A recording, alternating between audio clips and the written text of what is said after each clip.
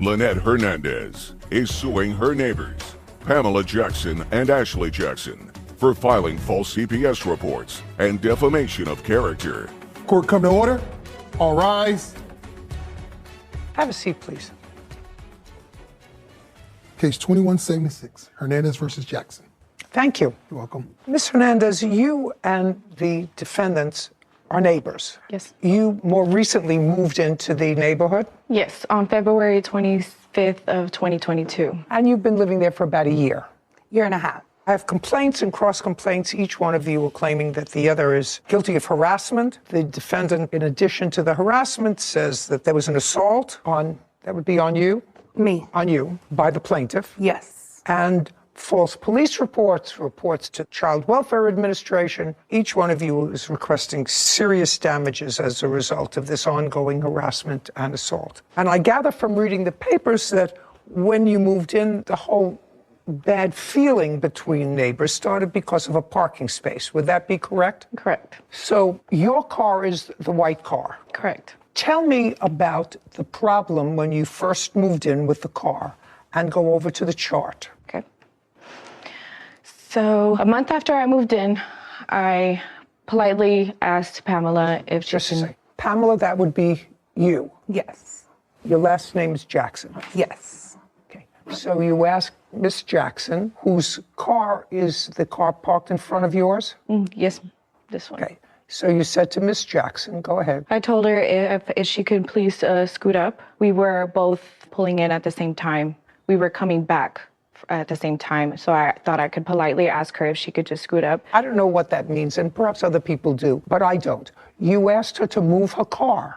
Yes, just a little bit forward because on the handicap, the yellow line ends right there. And No, see, look at me. You asked her to, I see a handicap sign. So you asked her to move up. Yes. Why? Because she parks so further back, and when the neighbors park back there, I have to like parallel park, and sometimes I'm in a rush, so I just, want to just get out to go to work or to drop the kids off to school. So you you don't like to parallel park? I do, but sometimes it's too, I just wanted to politely ask her if she could just scoot up a little bit, because she has a bunch of space in the front. Well, so I just thought I could... I don't see a whole bunch of space. What is handicap? Where is that handicap spot? Right here in front of her house. Right there. You have a handicap sign? When I moved in, I was told I could park You're there just a because that's second. the old one. No, I do not. You do not. So you shouldn't be parking there anyway. I was told I could because that was the old sign. That's why they dismissed the ticket that she called to get when I didn't move my car. Just a second. You can't tell me what somebody else said to you. There's a That was from the handicap sign. police department, There's a Marshall. What, did you have something from the police department indicating that you can park in a handicap spot? No, they removed it the next a- day and dismissed it because of that. Just a second. Is the sign still there? No, they removed it immediately. Okay, fine. Because so of the this sign, dispute. the sign was removed. Yes. And what is that alleyway where the trash can is? That's the driveway for the next door neighbor's House. house. Just a second. So that what she's doing in parking her car there is permitting the trash cans, which are supposed to be out into the street, right? Point to the trash can. Yes, right here. So the trash can is supposed to be out in the street. In order to get back to the house, somebody who lives in that back house has to pull all the way around the trash can and her car if she moves her car up. Your Honor. It makes it that much more difficult for the person who lives behind. I understand. For Okay. trash day is understandable. I don't care. She when doesn't. You have to understand, Ms. Hernandez, that she didn't have to accommodate you so that you don't have to parallel park. She I doesn't. just thought I could ask her politely, and I didn't think it was going to be Okay, so let's go back a second. Now you can go back. So that's what started the trouble. You said politely. Tell me exactly what you said to her. Tell me exactly what you said to her, and you said that happened in March. Go ahead. I asked her, I said, excuse me, can you please scoot up a little bit so that I can parallel park? There was no trash No, that just a day. second. I don't care. Trash, no trash. That's how I she asked. doesn't have to figure Monday, Wednesday, and Friday. I have to scoot up my car because she doesn't like to parallel park. Do you understand? Trash day, Monday, Wednesday, and Friday. Recycling Tuesday and Thursday, but not every week, every other week. So I have to remember to scoot up so that my young neighbor doesn't have to parallel park. It's ridiculous. Okay. It's ridiculous. Is that the way she asked you? No. What did she say? The way she told me was, ma'am, I would appreciate if you would just move around and park in the back. Now, the alleyway, it's illegal. No, to just park. a second. She said, let's go slowly. So ma'am. she said, ma'am, I would appreciate if you would please move around to the back alleyway. I need parking for all my friends and family. No, true. Your Honor, that's not true. Yeah, I don't believe that. Sarah, I don't know what this. You don't have to keep hitting it. That's the whole video. Thank you. I hit it, maybe I hit it on the table a little. Yeah, I don't think so. Well, that only works with your phone. It only works on my Yeah. phone? It's fresh math.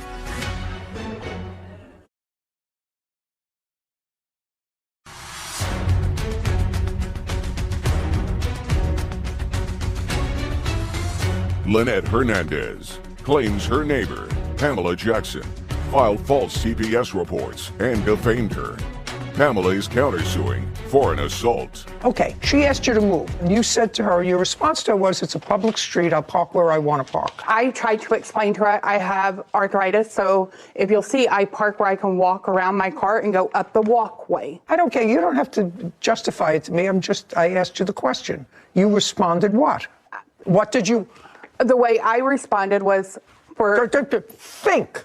If you don't remember, say I don't remember. Oh, I don't remember. make it up. I remember because I've stated this the whole time. Every time, even the police have sat there and asked why I parked there, because she's called the police over this multiple times. I have even explained to them I park the way I do. I want you to tell me. I told her, I says, I'm older, I have arthritis, I park where I do to be able to use my walkway. Her response was, you'll have a better access to your walkway if you pull up. I said, no, the person on my passenger side would, then I have to go up in the grass. No. I need a walkway for stability because I've already had one fall. Okay, whatever. You told her I can't accommodate you. Yes. Your Honor, that's not true because it didn't take that long. She got in her car and she actually got in and she scooted up.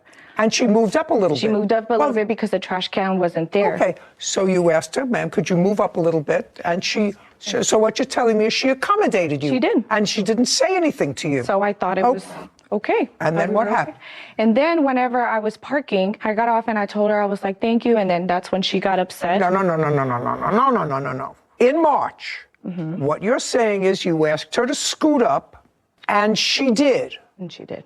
When was the next date that something happened with the car? April 6th, she called the cops for the first time because she parked, that's how she parked. She parked very close to my car, as you can see on the picture.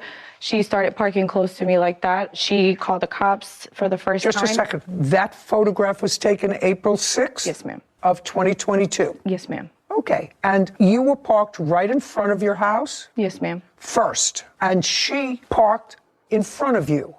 Correct. And you're telling me that she called the police? Correct. Is that correct? No. Okay. Show me that she called the police on April 6th. She did? She called the police and then she was telling them that... No. Can't tell me what she was telling them.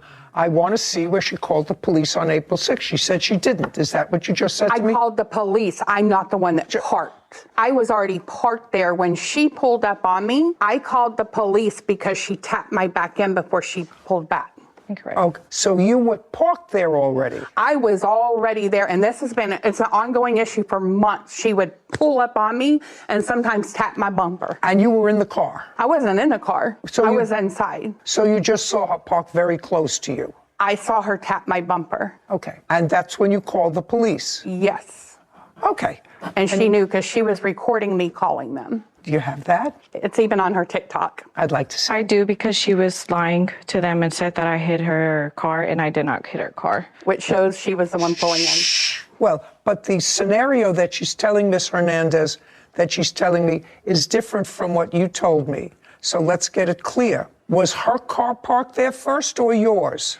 Mine was parked there first. And she says hers was parked there first. That means that she would have to back into that spot, whatever it was. And she did. Just a second. That's what you want me. She backed into that spot and backed in very close to your car. Yes. I don't believe that. This is. I don't believe that. That doesn't. Okay. I don't believe that. You're going to have to prove that to me because that would be silly.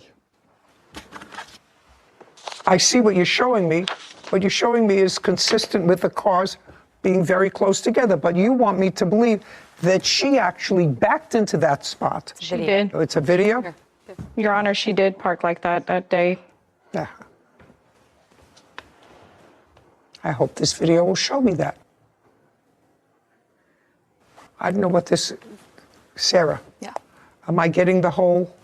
Yeah, you don't have to keep hitting it. That's the whole video. That's it. Could we do it again? Yeah. Thank you. If I hit it, maybe I hit it on the table. Yeah, I don't think so. Well- That only works with your phone. It only works on my Yeah. phone? Fresh math. Yeah, all right, this is useless. Okay, so the police came out, and was there a police report? I have it right here. May I have it, please? Who else lives in the house with you, Miss Hernandez? Me and my 2 children. Oh, well, that was nasty over a parking space. How unfortunate. I'd like to see that. Absolutely.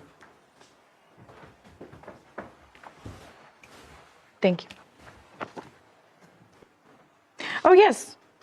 The officer actually didn't believe her because there was nothing on her car. Doesn't have to be anything on her car. But she's you tap making- you tap somebody's bumper, there isn't always damage. That's close enough for me. Okay, give me the paper back. The officer did not believe her because she lied. She made false accusations, saying that I was threatening her with a knife and with a baby in my arm. Officer didn't believe her because. Don't tell me what the officer believed or what the officer didn't believe, madam. It's irrelevant what you think the officer believed. If the officer was here, I would question the officer. Okay, it all started over a parking space. And you have to understand, I'm not sympathetic with you. You move into a neighborhood, something is established in the neighborhood, because I'm sure she didn't wait to park in that spot just when you moved in. That's where she's been parking her car. It's not that you don't have a place to park. You have a place to park in front of your house. Mm-hmm. That's the defendant's house. Her car is parked right in front of her house. Mm-hmm. You have a place to park. Your car is parked right in front of your house. You want her to move to make it easier for you so that you don't have to struggle to park, so you could just scoot in and scoot out. I just didn't want to risk hitting her car for being in a rush because the people behind me would park pretty close up. Who cares? It's a public street. I don't care if you park on Mars. Mm-hmm. Then park someplace else on the street. It would bother me if that was my driveway and there was a car that was right up to the edge of that driveway, causing me to have to swing out wide every time I pulled into my driveway. And I couldn't do it during trash days because it's even a wider turn. Also that you didn't have to parallel park. I'm telling you, I'm not sympathetic with that. You're not entitled to a public street parking spot. That's sort of an entitlement that what generation? Gen Z. Gen Z. This is going to cause the demise of this country.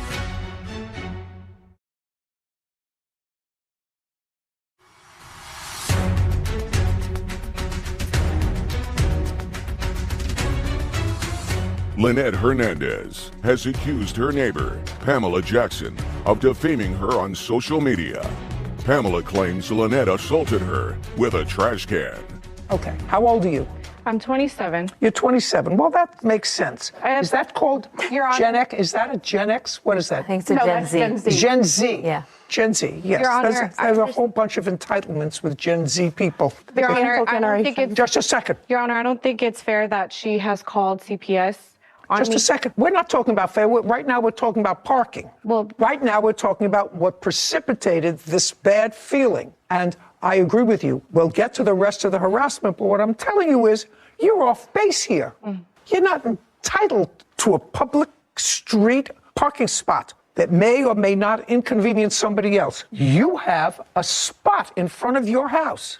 But if the reason you told her to move her car and the people behind is because you don't like to parallel park, that is do. I sort just of an didn't want to hit entitlement. I'm anybody. just telling you, Ms. Hernandez, that's sort of an entitlement that what generation? Gen Z. Gen Z.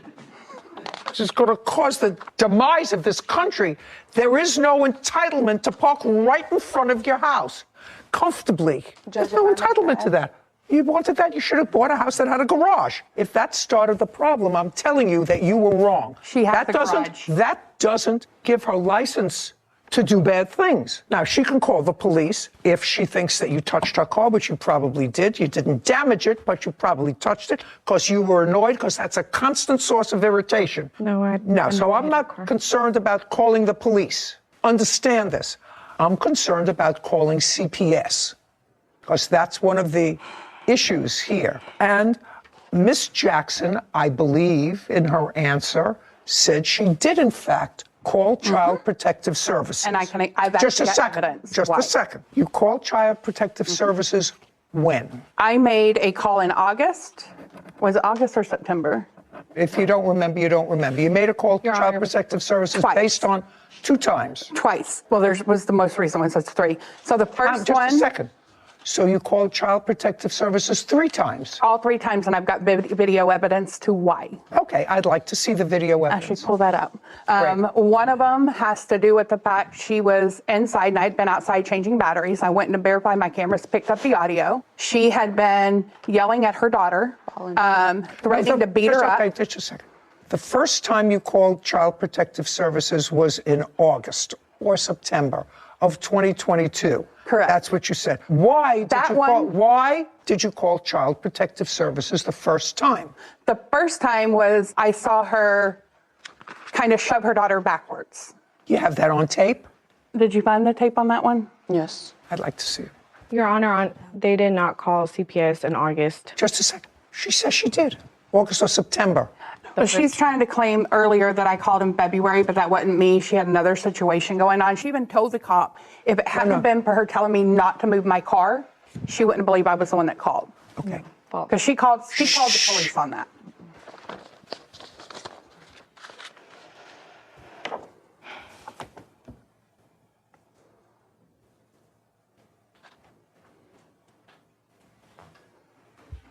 I don't see anything sufficient for you to call CPS the first time on that. That was a motion with a hand. Child didn't fall. There had been a bunch of yelling out before that. I don't care. That's an overkill.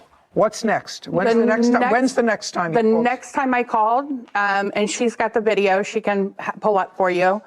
She was inside. I was changing my battery. She yelled at her daughter to Where get was her down. daughter? They were inside. So you heard her yelling at her daughter? Heard her yelling at her daughter to get down, or next time she does it, she's going to beat her up. And then we heard break your neck. Okay. And you videoed that? Yes, we even showed that to the police. Okay. Your Honor, I'd like to see it. Looking at it, so far you.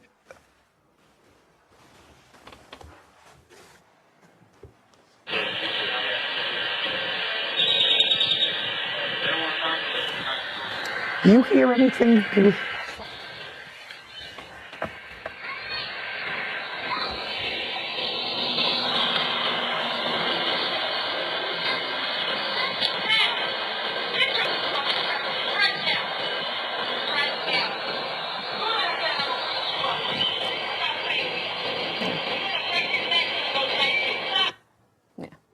She says, Your Honor, I'm gonna that's beat you not up, me. and if you don't listen, I'm going to break your neck. Okay. How old is your daughter? That's not me. My Who is daughter's it? 7. Whose voice is it coming from your house? It's not me. It's the Whose neighbor that was on the corner. What? That's not me. My daughter's name or my son's name is Cam. She said, Cam, No, she didn't. you could listen to it again and it's going to say Cam. That's not me. That was the person On that that's in side, the. nobody You want me has to just any listen? Yeah. kids. Yes, they do.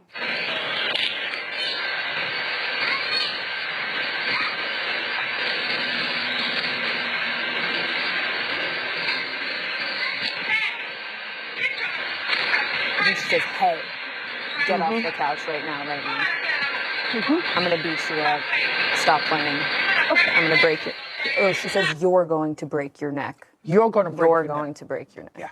Okay. That's not me. Second time. Just a second.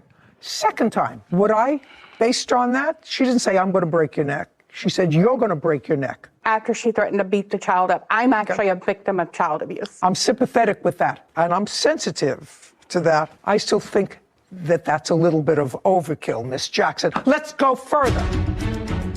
To be continued. Sister, Brandy Maida, for property damage, harassment, and lost work. Court come to order. All rise. Have a seat, everyone, please. Hello, Ken. Case number 2006, Nelson versus Mata. Thank you. You're welcome. Miss Nelson, this is your sister. Yes. How old are you? I am 42.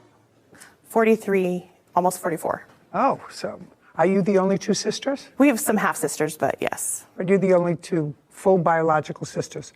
Now, there came a time, Miss Mata, that you moved into your sister's home. Yes. Is this a home that you own? Yes, we built it. In what year did you move into her home? That would have been 2018. Who else lives in the house from your family? My disabled mother, my husband, and my child. So your mother lives there. Yes, I take care of my mom. Tell me why you moved into your sister's basement, Miss Mata. In 2015, my oldest son was in a tornado and suffered a severe brain injury. So when my sister Tiffany and her husband were looking for new houses, they offered to build an apartment in their basement so that we could live with them and get out of our mobile home. So when they built this house, it was built with the intention of us living in the basement. Is that correct? Yes, but for a year, because I do take care of my disabled mother, and the intention was for her to be in the basement eventually so that she doesn't have to use stairs. Was the original agreement with your sister that it would not be a permanent move, but one that would last for about a year? It was agreed that it was not a permanent. There was not a date set, though. Okay, but it was agreed it was not a permanent, and you Correct. did not have a written lease. Yes, we did. We do have a lease. You did. I'd like to see it. We had a month-to-month lease that I have as well. This is the current lease that subsides the other lease. Okay, initially a month-to-month lease, and what month and year did you have her sign? I have it right here. It's dated July 14th, 2018. So this is a 6-month lease that ended January 31st. Correct. Rent was $800 a month. Yes. So this last lease was for your sister, her husband, and 2 children. Correct. I only ask that question because if my reading of your complaint was correct, you say that she moved her husband in without your consent. So when we first agreed to let her move in 2018, she was divorcing, and the agreement was that her and her 2 sons could move into the home. He had nowhere to go, and she wanted him to move in. So because In what year was that? that was still 2018. So that was still 2018. Yeah, so we let, All right, so we you let him live there. And since then, you signed different leases with her, with him on the property. Correct. Okay, so then you acquiesced to it. When you were in the apartment, did you have pets? I did. How many pets did you have? 4 dogs. But then subsequently, some had passed away. So at the end, we only had 2 dogs. Okay, well, at the signing of this lease, you had 6 pets, consisting of cats, dogs, and no other pets being allowed. Correct. And you agreed, regardless of ownership of the pets, agreed to restore the property to its original condition at your expense when you leave. Okay, good, because that's also part of what this is about, actually, most of what this is about. Your Honor, they had 3 pets upon move out. They had just gotten a puppy, so they did have 3 pets and 2 cats upon move out. Doesn't matter. Anybody who has 6 pets, after 3 years, the carpet needs to be replaced. Yes, ma'am. Okay. Now, your sister began to move out when? In what month? She moved out on the 1st of February, 2022. Pursuant to your agreement. Correct. And it is your claim that she left the premises in condition that required you to spend close to $10,000 to put it back into shape. $6,500 Okay. for the basement damages. I'd like to see photographs of what it looked like because we know it was brand new when you moved in because the house was just Those are built. all- So we know that it's new. I also have photographs that I took the day we moved out. Okay. I'm going to give you these and then I'm going to look at yours. Okay. Okay, so there's no question you have to replace the carpeting. Right. You understand that. Did Yes. you replace the carpeting? No, I had not had any contact from her. Do you have the bill for the carpeting? I replaced 1 room already, and I have that, and then I have the estimate to replace the other carpet. Okay, I'll take a look at that. And that's the main thing that I see in the apartment that has to be done from these photographs. Okay, did you leave a lot of food in the refrigerator and all kinds of stuff in the refrigerator? No, so what happened was the refrigerator... Just the answer is either yes or no. Did you leave a whole lot of stuff in the refrigerator? No. Anything in the freezer? No, there was no fridge or And freezer. cabinets? Did you leave anything in the cabinet? I'm just looking because there's a picture here of a whole bunch of food. Right. I hadn't finished moving out. My question, yes, there was my stuff there. question is, you were supposed to be out by February 1st. On February 1st, was there food in the house? Yes. Okay, and it should have been moved. Whether you moved out yet or not, you were supposed to be out by February 1st. Okay, I'd like to see those.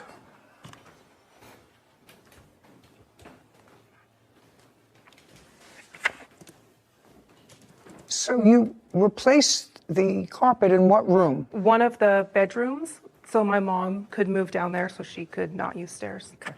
Sarah, add these two figures and have them for me, please.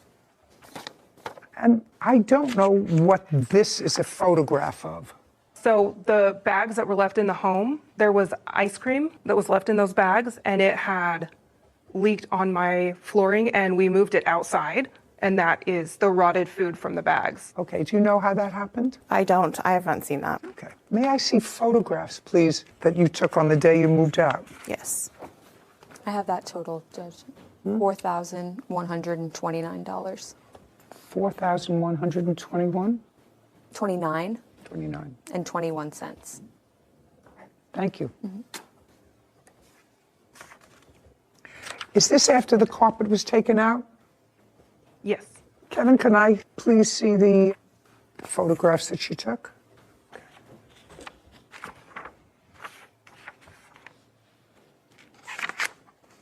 Actually, they're pretty much the same.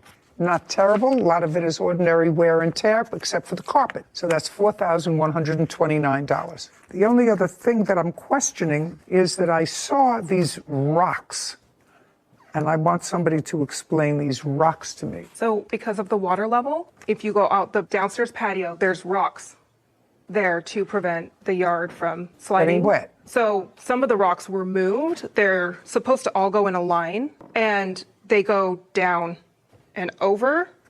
So we have to pay a landscaper to come out and basically redo that. Well, how did that happen? Do you know? They're pretty heavy rocks, so I don't know. Do you know? don't know. Did you move the rocks? No, you would need like a skid loader to move those rocks. There's no physical way to move those Where do you live? with one person. I live in far west Utah, farm country. Looks like there's water coming down through here. Yes, we live across the street from a pond as well. Well, you don't know how that happens. Now, you have, in addition to your claim, which is for damage, you feel it's necessary to go into these allegations of harassment by your sister? I honestly just want to be done with her and not get threatening text messages and stuff on social media. No chance of a reconciliation. You Not lived on my together end. for a while, I've blocked her from for a long time. Yeah. Miss Mehta, your sister was there at a time when you needed her. Yes. You think that there's any potential for the two of you to sort of restore some kind of working relationship? You're the only two. No. This No. is the funeral of our All relationship. right, not my job. That's a job for another professional. Okay, you have a counterclaim. Yes. And your counterclaim, just as she's not going into harassment, I'm not going into anything that involves the harassment. It is your claim that you left certain furniture behind. Well, why wasn't your furniture out on the 1st? Your lease expired at the end of the month in January. It did. And I did let them know that I was not done. Well, that's not a reason. That's not a reason to break your contract. Only two people can break a contract, Ms. Mehta. The two people are the same two people that signed it. You signed a contract that said you would be out on a certain date. You weren't out on a certain date. The fact that you notified her that you're changing the terms of the contract unless she agreed to it, then you should have had your stuff out by the 31st. Why didn't you? Because she had made it very difficult during my moving process. There was a lot of, like I said, harassment and stuff that happened during that moving process. She called the police on the people that were helping me. She made it very difficult to get it done. There was no way that I could get it done on Let's that get day. back to call the police. And later today, After Mr. Martinez got into the picture, he was going to pay me not to talk to Sherry any longer. So you had a discussion with him that all of her bills he was going to take care of? Many discussions, yes, sir. Okay. And? I never got a dime. Okay, well, what is the harassment?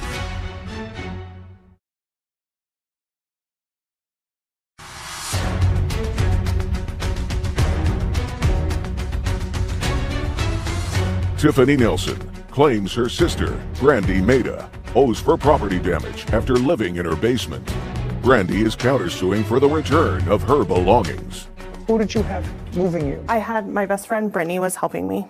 Does Brittany and your sister have any negative history? They do. Okay. Well, if they have any negative history, why would you have her come into the house? Because she doesn't have any access to Tiffany at that point. There was no reason for them to talk. They wouldn't be even associating. You know, if I knew that there were issues between my landlord and a particular person, especially if my landlord was my sister who let me move into her house, just from a question of using my brain, I wouldn't bring somebody that had been on the outs with them. If they didn't like them, that's one thing. You know, I'm really not crazy about your friend Brittany. That's one thing. But if you knew that there was an active, aggressive feeling against one or the other, you should have had somebody else move. So why didn't you get your stuff out? Well, so I didn't think that it was as serious as that. They are related. If they're related and don't like each other, or the plaintiff doesn't like her, then that's even worse. Go ahead. Yeah, so she was my only help. I didn't have anybody to help me at that time. So. Then start doing it sooner. Go ahead. Yeah, that was the Ms. only Mehta, reason. Ms. Mehta, where was your husband? He was working. We were working during this whole time. Well, that's okay. I've moved and worked. I used to move every time I needed a paint job. I would pack up and move, and I constantly worked. I've worked for 58 years. So that's not a reason. You pack in the evening. You go down after work, you get newspaper from the grocery store, and you get old cartons, and you wrap up the dishes and the cartons, and you manage to get out when you're supposed to get out. And she's not the only one who can help you. Maybe your husband has friends. If he doesn't have friends, I don't know why not. In any event, that was not a smart thing for you to bring your witness. Furniture. What furniture did you leave? I left patio set on the patio. It was all outside furniture. Patio set. Just a second. A lawnmower. Okay. Outside bench that had storage and stuff. Yeah. Fire pit and lawn chairs. Okay. And when did you buy the lawn chairs? It would have been 2018. Okay. And how much did you pay for each one? They were $245 for the chaise lounges and $159 for the pool dining chairs. Okay. Are those chairs at your home? Yes. May I see them? Yes. There's 4 lawn chairs. There was never the long Okay. chair. Let me see what's in the home. I also had a cooler. Just a second. Don't bother me about a cooler. Are the lawn chairs still there? Yes. Great. You can go get them. Okay. With a marshal, not with her. What about the fire pit? Still there. You can pick up the fire pit. What about the lawnmower? Still there. Patio set. Still there. They have painted that purple. Painted back. Where are you living now? I have a house Who are you living there with? with my husband and my sister-in-law. She's living with you? Mm-hmm. She's paying, it's not an answer, yes. Yes. She's paying you rent? No. Why not? My husband's mother, their mother passed away, and she needed to be closer to family, so she's just living with us as family.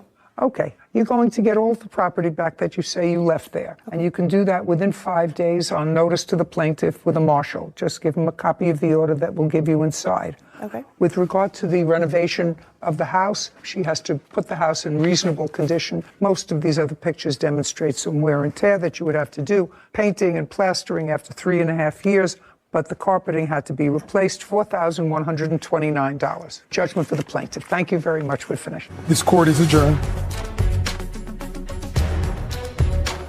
I'm happy with her decision. I just wanted to fix my basement and move on with my life. I mean, it is what it is.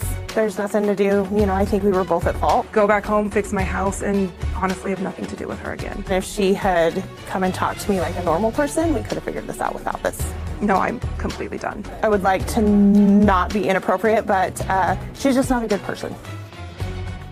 You know, I think that the two sisters had the best of intentions. Didn't you get that feeling? I did. From moving in and knowing you have a designated place at a time of need, that she was going to design the basement for you to live in, although not permanently, I thought it was going to go in a good direction. And I'm sure that the plaintiff's mother, who lives with her, is sad that she doesn't get to see her other daughter probably as frequently as she would like, because they lived together in the same home, evidently, for a very long time. Yeah. Very bad. There's always collateral damage when people don't get along. True. Case number 2039, Mormon versus Strauss. All parties, please step forward. Derek Mormon is suing his former friend, Sherry Strauss, for car repairs and harassment. Mr. Mormon, the defendant was a friend of yours. Yes, ma'am. A casual friend, a romantic friend. Maybe both. You know, a casual romantic friend. How long do you know her? 14 years at least, probably closer to 15, yeah. Were you ever together as a couple? No, ma'am. And it is your claim that because she was in financial trouble, you extended a loan to her to fix her car. Yes, ma'am. That's what this case is about. You also say she harassed you, but most of this case is about the loans to fix her car. Ms. Strauss says that you did, in fact, work on her car, but you caused more damage to it than it originally had. And she is counterclaiming for car repairs that she has to make because of work that you did on the car.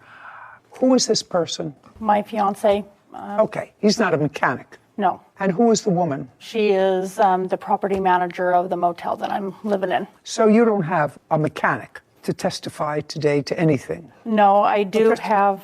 The answer is no. No, but I do have an estimate. I don't care about an estimate. Okay, so I would like you to tell me, Ms. Strauss, when did you start to have trouble with your car? March 2nd of 2022. And where were you living at the time? I had just moved into the motel. Had you been spending any time with Mr. Mormon? Previous to that, no. Previous to March of 2022? That's correct. Okay. After March of 2022, did you spend any time with Mr. Mormon? I did, yes. Did you stay at his home? I went there occasionally, yes. No, but I'm asking, did you stay over at his home? Yes. Okay. And when you started to have trouble with the car in March, when you hadn't been staying at Mr. Mormon's house, did you call him and let him know you were having trouble with your car? I did as a friend, yes. And what did you say to him and what did he say to you? I just told him I dropped my son off at his taekwondo and we were trying to leave and my car was not working. And what did he say to you? That he will come and help me. And help you? Yeah. That was on March 2nd? That was on March 2nd, yes. And did he come to the motel where you were staying? No, he did not. Well, how did he come and help you with the car? Because my car was at my son's taekwondo, so he went there. He came to where you were? And did he take your car someplace? Not on that day, no. What did he do on that day? On that day, he took me and my son home. So that was March 2nd. Keep going. March 2nd, March 3rd. And then on March 3rd, we ended up having my car taken over to O'Reilly's. Well, we got a battery. How much was it? It was $167. Who paid for it? I did. So then you were driving it again? It's not, yes. Correct. Okay. And when was the next time there was difficulty with the car? Then the next time was March 7th. It died again. So on March 7th, the car died again? And what did you do? Then on March 7th, I called him and told him that something's wrong with my car again. Now it's not starting again. Okay. And tell me why you called him. Because as a good friend, like I said, we've been friends for 15 years. As it is, I don't ask anybody for help. I usually try to do everything on my own. But, Okay, so you called him and said the car died again? Yep, but he had made it known that he was knowledgeable about cars, so I figured that maybe he would know what was going on. You know who else is knowledgeable? Mechanics. You want to tell me what the additional harassment is? He showed up at my motel threatening. What did he want? When I had talked to him before, when he thought that David and I was not together anymore, he said, "Oh, it's not about the money." He goes, "I just want you."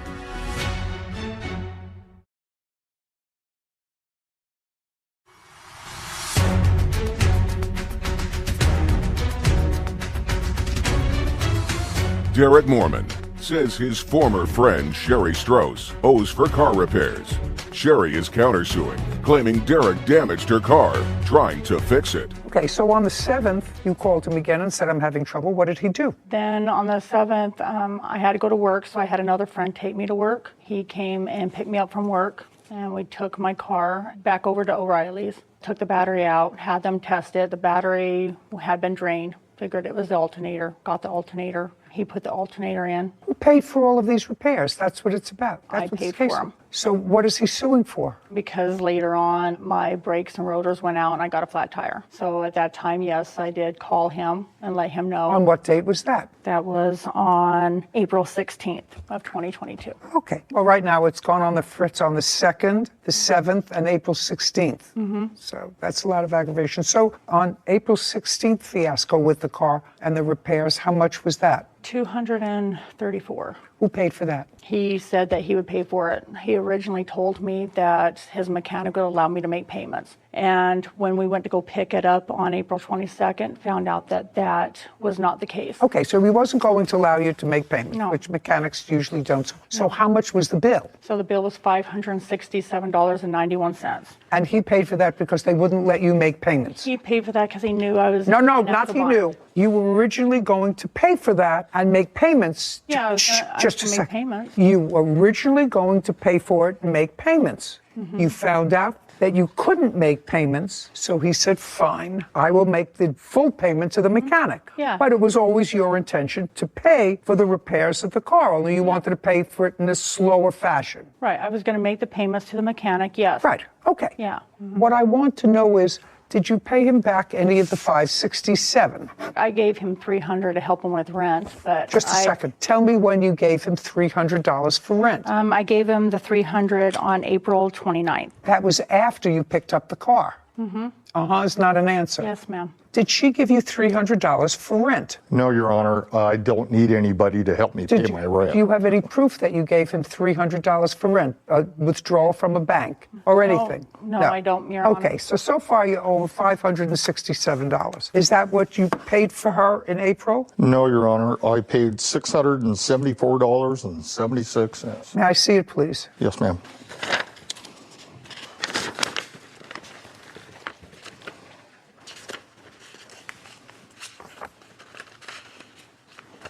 Yeah, April 18th. $674. Would you show this to Ms. Strauss? Okay. Mr. Mormon? Yes, Your Honor. There subsequently came a time, which I think probably was a more social issue than anything else, when the defendant advised... I have a different one that shows May I the receipt right there. May I that see shows it? The $567.91.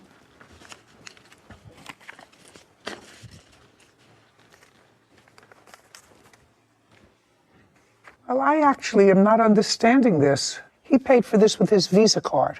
Is that right? That's correct. Could you explain this to me? This is your Visa card. This is the same invoice. One of them is for $567.91, and the one that you gave me, the same invoice number, is $674.76. Sarah, would you do me a favor, please? Sure. Would you add up? From both or just the top one? Well, let's start with just the top one, for which there is a Visa receipt. So I gather that all this became problematic when you started to see a serious boyfriend. Is that right? That's correct. Now, after March, you said you stayed occasionally at Mr. Mormon's. When you stayed at Mr. Mormon's, was that more of a social? I mean, was it a more intimate relationship than just social friends? This was after March, after you were in the motel. We're kind of like friends with, benefits in a way, so Okay. yeah. All right, and then you found someone new, and according to him, you advised him that you had somebody new, and now he wants the money for the car, which you were going to pay anyway. You were going to Originally, pay I it. figured it was a friend helping a friend. I didn't No, know it it as a wasn't. loan. No. It wasn't. Even you say, Ms. Strauss, it was your intention to pay this bill for your car as you would pay the other bills for your car. However, when you got there, you found you couldn't make time payments. So he said, well, you need a car. I'll lay it out up front. But it was always your intention to pay for your own car. Do we have a... That is the correct number. And then at the bottom, that totals. And then the additional to bring you to 567 is the tax. Okay. Now, so the next part of your case is about harassment. By whom and for what? Your Honor, after Mr. Martinez got into the picture. That's this gentleman. Yes, ma'am. He was a man of his word, and he was going to pay me not to talk to Sherry any longer, which I didn't. Okay, so you had a discussion with him that all of her bills he was going to take care of? Many discussions, yes, Your Honor. Okay. And? I never got a dime. Okay, well, what is the harassment? Text messages, my witness here, Miss Montoya. No, just a second. Okay. Text messages what? Just saying, hey, leave her alone, which is fine. Okay, that's all right. That's not harassment. Yeah, I don't have a problem with that. Okay, fine. But it was, hey, I'm going to pay you. I'm a man of my word. Okay, well, that you're not Where's my suing him, money? so who cares about that? Yeah. She owes you $567. That's what you put on your visa. Now, let's get to your money owed for car repairs and harassment. Okay. Now, you don't have a mechanic here, so what your claim is that whatever he did to the car, he didn't do well. So you had to take the car, or you're going to have to take the car to another mechanic. I don't care. You would plan to fix this car yourself. The problem was with payments. If you had to make additional repairs to the car, that's not his problem. Okay, now you want to tell me what the additional harassment is? Well, that's why I have my 2 witnesses here. He spent a lot of time calling me names. He's called my fiance names. He showed up at my motel threatening and stuff like that. So What did he want? he wanted his money, Okay. but at one point in Now time- he's got it. I don't need to speak to you. No, but Now he's got his money. When I had talked to him before, when he thought that David and I was not together anymore, he said, "Oh, it's not about the money." He goes, "I just want you." He's got several messages from me, how he loves me, he wants to be with me, and all this and that. Yeah, but you don't love him and you don't want to be with him, so now you have to pay him for your car repairs. $567. Yeah. Judgment for the plaintiff. Well- We're finished. Thank you very much. Thank you, Your Honor. This court is adjourned. Hey, justice was served, and that's all that matters. It was about because he didn't have me. I went with somebody else, and I wasn't with him. She was a friend, and I tried to help her out. We've been friends for a long time, so I told him we would be, that I wanted to be his friend. I ain't gonna help, I can tell you I that. want to continue the friendship, and he didn't want that. I know, never again on her, no. Time to find another mechanic. So I really didn't have so much trouble with that case because the defendant had really planned on paying for her car repairs. Do I think that the guy said to her, "You can make payments," and when she got there, he said, "No, who knows? It's not worth it." Yeah. He felt used, Which I think is valid. which, give somebody money and then you've had sort of a friends with benefits relationship and all of a sudden you got somebody new and you're driving around in a car that Yep. you paid to repair. Anyway, it was simple and easy. It was. Dozo is suing Norma Jimenez and her 17-year-old son, Christopher Espinoza, for damages resulting from a car crash. Court come to order. All rise. Have a seat, please. Case 2054, Cardozo versus Jimenez Espinosa. Thank you. You're welcome. Ms. Cardozo, it is your claim that the defendants are responsible for an automobile accident Yes.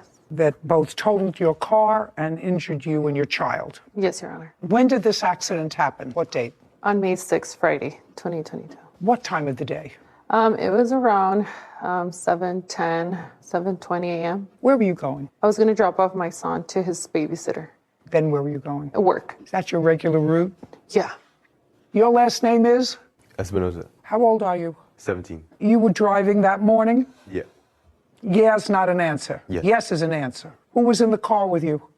My little sister, How old is she? 11. Do you have a driver's license? Now I do, yeah. Did you, on May 6th, have a driver's license? No. I assume you were taking your sister to school, Yes. and then you were taking yourself to school. Yes. This was in May. How long had you been driving your sister to school? 6 months. Where was your mother? At work. Did you drop her off at work first? No. How does she get to work? Her own car. Who owns the car that you were driving? My mom. So your mom has 2 cars. Yes. What other adults live in your house? Just my mom. Your mother, Yes. your sister, Yeah. and you. Yeah. When was the car purchased that you were driving with your sister? It was a gift. Who was it a gift to? Me. Whose name is it in? My mom's. When did you get it? Month and year. Don't speak to him. When did you get it? January. January of 2022. Yes. So that's why you had been driving your sister for 6 months. Yes. The car is in your name? Yes, Your Honor. You know that he has no right to drive a car. He had a driver's permit. I don't care if he had a permit. You know he has no right to drive a car with a minor in the car. Well, he took some classes, and we were told by the instructor. No, don't tell me what you were told by the instructor, madam. Your insurance company disclaimed on this if you had insurance because he's not allowed to drive a car. Is that correct? Yes. What insurance carrier do you have on your car? AAA. Who insures the car that he was driving? AAA. On your name? Yes. When he had this accident, the insurance company, AAA, disclaimed on the accident because he was driving the car. Yes. Did they drop you from your policy? Did they drop your policy? No. Did they raise your rates? No, because I was changing insurance at that time when the accident happened. So you had no insurance? We had insurance. Just look at me. On the 6th of May, do you have proof that there was insurance On the car that he was driving? Yes, Your Honor. What carrier? AAA. And when did you change carriers? It was May 5th, but it wasn't going to be effected until the following week. So you had no insurance? I hadn't called AAA to let them know that I was changing insurance at that time. Again, I don't believe. I was changing. Just a second. You have to understand, madam, that to make your life more comfortable so that you could go to work and your little girl could get to school, you let an unlicensed driver drive a car. You have to understand that because he could have killed her and the child. It's outrageous that you let your 17-year-old who didn't have a license drive your 11-year-old daughter, put them in a place where they were in harm's way. You're just very lucky that both of them weren't hurt. Do you understand that? Yes, ma'am. All right. If you think I'm being harsh, sir, I watched you when you walked in. You thought this whole thing was a joke. You came in smiling. It's not a smiling thing. You did the wrong thing, and if you start doing the wrong thing when you're 17 years old, when you're 27 years old, your mother will come visit you someplace where you don't want to be. Do you understand? I smile when I'm nervous. Excuse me? I smile when I'm nervous. You smile when you're nervous. Yeah. Well, your mother smiles when she's nervous too, because she was smiling too. Yeah. When you walked in here. What? You're not smiling now. You mean you're not nervous now? You're not smiling now. Now you're not nervous. Now I would be nervous. If I were you, I would be nervous. See what I mean? Yeah. No. Tell me what happened 7:30 in the morning on the 6th of May, which was a school day and a work day. Okay, yes, Your Honor. So I was driving straight like normal on East on Pleasant Valley. And as I was going on a green light into my intersection. Do you have a photograph? Do you have any? Yes. I'd like to see it. And May 6th was a Friday, just so you know. May 6th was a Friday. Yeah. Thanks.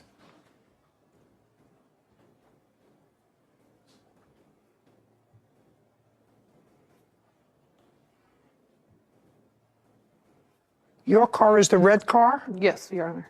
This doesn't tell me anything, actually. It just shows your car totally destroyed. Do you have a police report? Yes, Your Honor. I'd like to see a police report. Yeah, and I'll put it so she can kind of see my car, his car.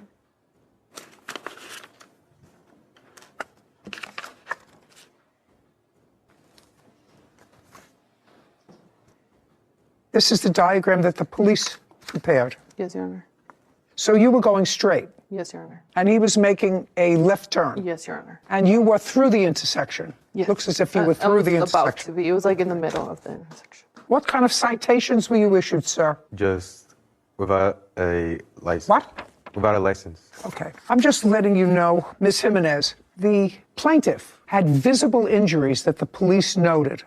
Do you understand that? Yes. The airbags went off?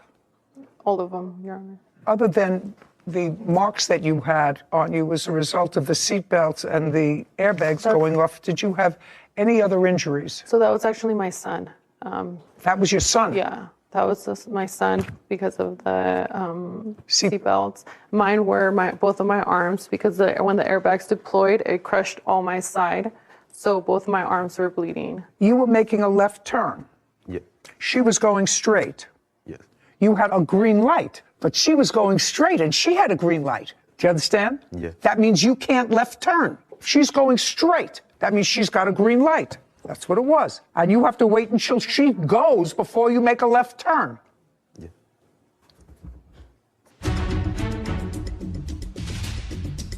Were they at the scene at the same time at any time? No. When your mother says that she asked Miss Cardoza, "Are you okay?" that wasn't true. No. Was it true or it wasn't true? And later today. You have no proof here of anything. So I'm asking you, you want nothing or do you want your car back? I want your $10,000. I'd rather have my car back than nothing. And I'm sorry. I'm sorry.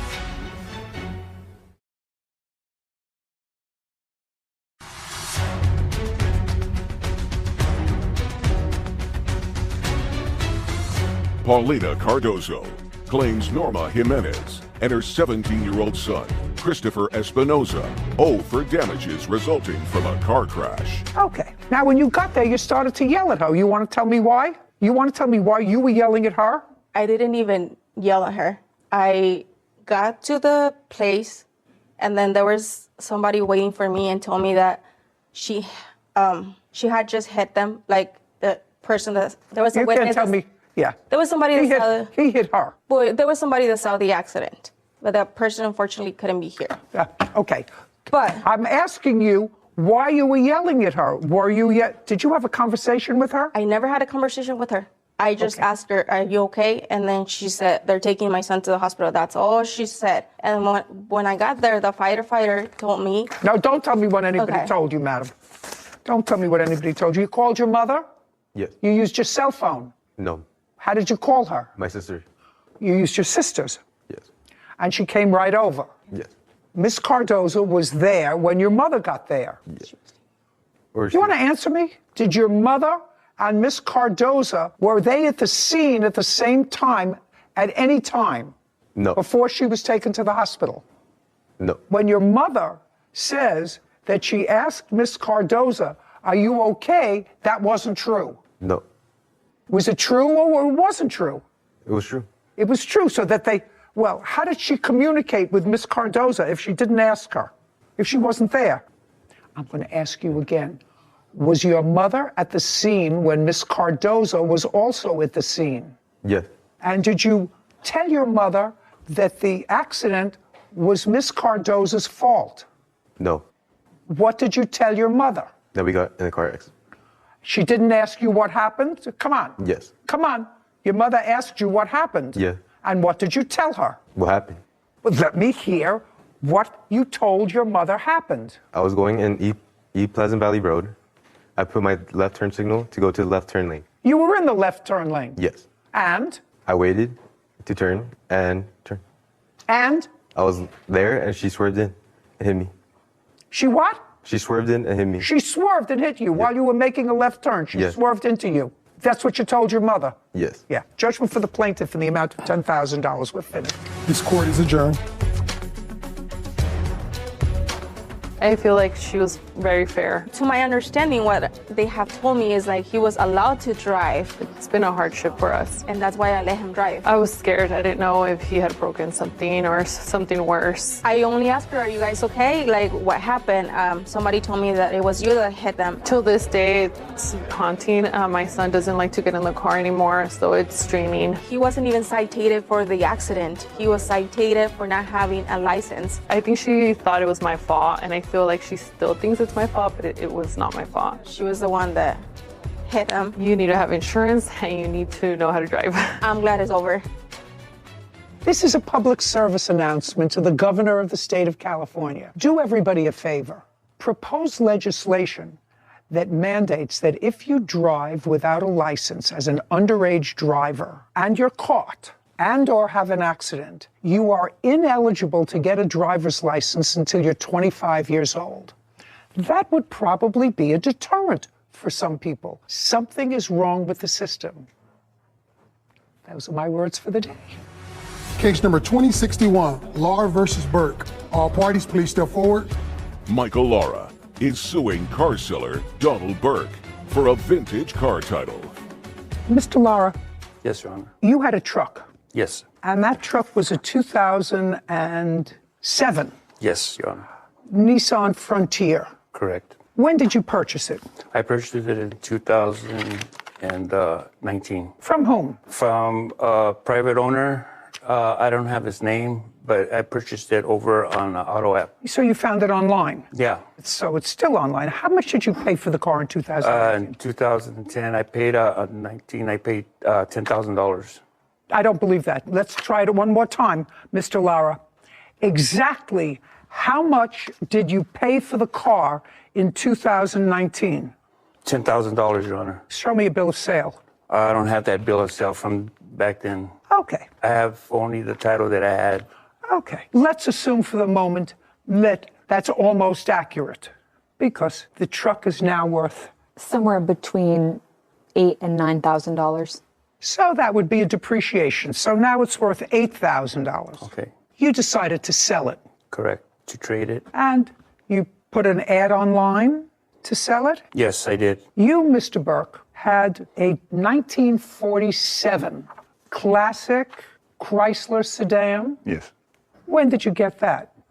Beginning of the year, Beginning of 20. 22. And where did you get it from? A car dealer had it for sale. Car dealer where? Montclair, California. You remember the name of the car dealer? No, ma'am, I don't. But it was the beginning of 2022. Yes. And was it an ad online? No, I was driving by and saw the car. I kind of liked the way it looked. How much did you pay for it? $12,500. Do you have a bill of sale? No. That was just this year. Why don't you have a bill of sale? I have the registration and title. I don't need the registration and title. I need a bill of sale. I don't have one. Difference when you buy it from a private party. But if you buy, do you have, it was the beginning of January. How did you pay for the car? Cash. Cash. Do you have a withdrawal from your bank of $12,500 to show me? No, I don't. Well, how do you expect me to decide this case? You have a claim, you have a counterclaim. Nobody has any proof. How do you expect me to decide? Each of you is suing the other for $10,000 without any proof of anything. How do you expect me to decide that? Correct, Your Honor. You got it? Yeah, I got it. You got it? Yes. You have the title. You have the keys. You have the truck. Understand this. Neither one of you are leaving here with a penny. Do you understand? Yes, Your Honor. Do you understand? No, I don't.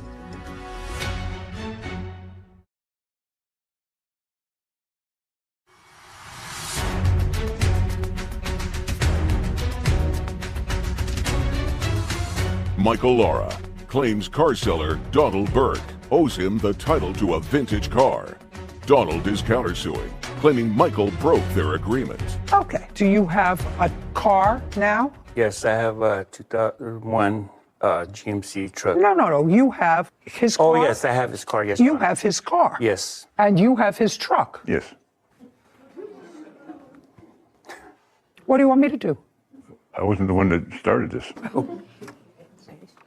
Okay, Your Honor. He doesn't have the title. Well, he never produced the money that he was supposed to produce. I have his title to his vehicle. He signed it over to me, and he gave me the keys as well. Okay. I didn't ask you anything. Well, I want you have the title, you have the keys, you have the truck. Correct, Your Honor. My question to you is, you have the title to his car. He paid, let's assume he's correct, that he paid $12,500 for the car in the beginning of 2022. That car, which is a classic car, is now for sale, because I looked it up, I don't remember the numbers, for? Between $18,000 and $60,000 on the high end of what I've seen. Okay, so it's worth considerably more than what you paid for it. Roughly $10,000 more than what you paid for it, right? That's correct, Your Honor. You don't know him, do you? No, I don't, Your Honor. There would be no reason why he would make you a gift. Is that right? That's correct. And you have the title for that car. Yes. Because you say, according to you, that he didn't fulfill his promise.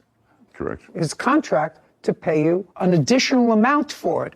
Now, you say he agreed to pay you an additional $10,000 for it. Yes. I don't know that because none of it's in writing. Anybody have any proof of that? No, Your Honor. No. Yeah, good. And you want your car back. I would just... You want your car. Well, I'm not giving you $10,000. I want you to just understand that. Yes. Because you have no proof here of anything that satisfies me. So I'm asking you, you want nothing or do you want your car back? What's your $10,000? I'd rather have my car back than nothing. You'd rather than have your car back. And I'm sorry. you have the car. Yes, I do, Your Honor. And you put in some money in the truck. Yes, the catalytic converters were bad. How much money did you put into the truck? $2,165. Okay. And you have proof of that. Yes. Yeah. Where? Can I help him? I don't need you for anything. Here. And it still needs another $2,165 for the other side. And you have the title to the car, is that right? Yes. Now, do you want nothing or do you want your truck back, even though he added money to it? Do you want nothing or do you want your truck back? That's my question to you. You want nothing or you want your truck back? My truck. Great. And you want your car back? Yes. Perfect. And both of you have agreed because there was clearly some misunderstanding between the two of you, giving you the total benefit of the doubt, sir, that there was additional money to be forthcoming. I'm speaking. Understand this. Neither one of you are leaving here with a penny. Do you understand? Yes, Your Honor. Do you understand? No, I don't. I put Very, $2,000 very, into very, his truck. I very, very repaired his easy. truck. Very easy, sir. You're getting back a car that you say is worth, she says, is worth $20,000. Your Honor, sorry. It's not going to work for you. You're going to each end up with your own cars back. Since there was clearly a misunderstanding about the nature of the contract, what I'm telling you is I'm going to prepare an order that within 5 days of today's date, you want to exchange cars. Figure out where you want to do that, a mutually convenient place. That's the order of the court. Goodbye. Court is adjourned. Not even the $2,000 I put into his truck. Goodbye. This way, sir. You can sell your 47 for a lot more money. I didn't bring us here. He brought us here. I liked his car. He liked my truck. When I got there, we did the exchange. He signed the titles. He gave me the keys to the vehicle. Well, he gave me a truck that needed a $4,000 repair, and he didn't mention that when he gave it to me. And my car, was nothing wrong with my car. I have always maintained my vehicle. I have records of it and everything. I'll just keep my car. No more business deals. So I really agree with you that there was no meeting of the minds because the defendant thought that the plaintiff was going to pay him an additional $10,000 for the 1947 Chrysler, and no one had any proof of anything. So it's really hard to come to court with zero proof on either side. So I think your ruling to leave them how they were found prior to any what they believed to be a contract was the right decision because I'm so glad you felt that way.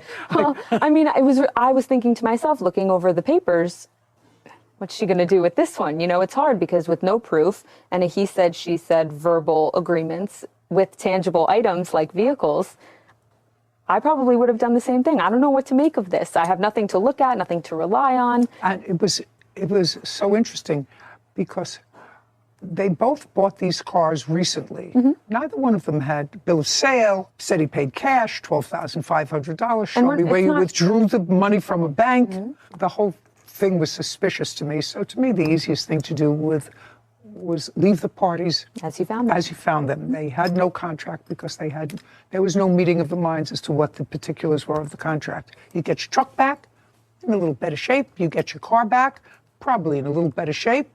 Mark Michelonis is suing his former roommate, Christopher Robertson, for rent, a security deposit, and stolen property. Court come to order. All rise. Have a seat, please. Hello, Judge. Case 2066, Michelonis versus Robertson. Thank you. You're welcome. Mr. Robertson, how long had you been living in your apartment prior to renting a room to the plaintiff? I believe it was about 3 years. You had been living there by yourself? No, I had roommates previously. When did the plaintiff move in? I believe that it was January 1st of 2017. 2017? It may have been 2018. It was the first, I forget. It was 2018. That's correct. How long did he live there with you? He lived there with me until September of 2021. So far, that correct, sir? Yes, ma'am. So now let me understand this lawsuit. Mr. Robertson lived in his apartment for 3 years. You answered an ad for a room. You lived with him in his home as a tenant from January 2018 until September 2021. Correct. At that time, there was a dispute.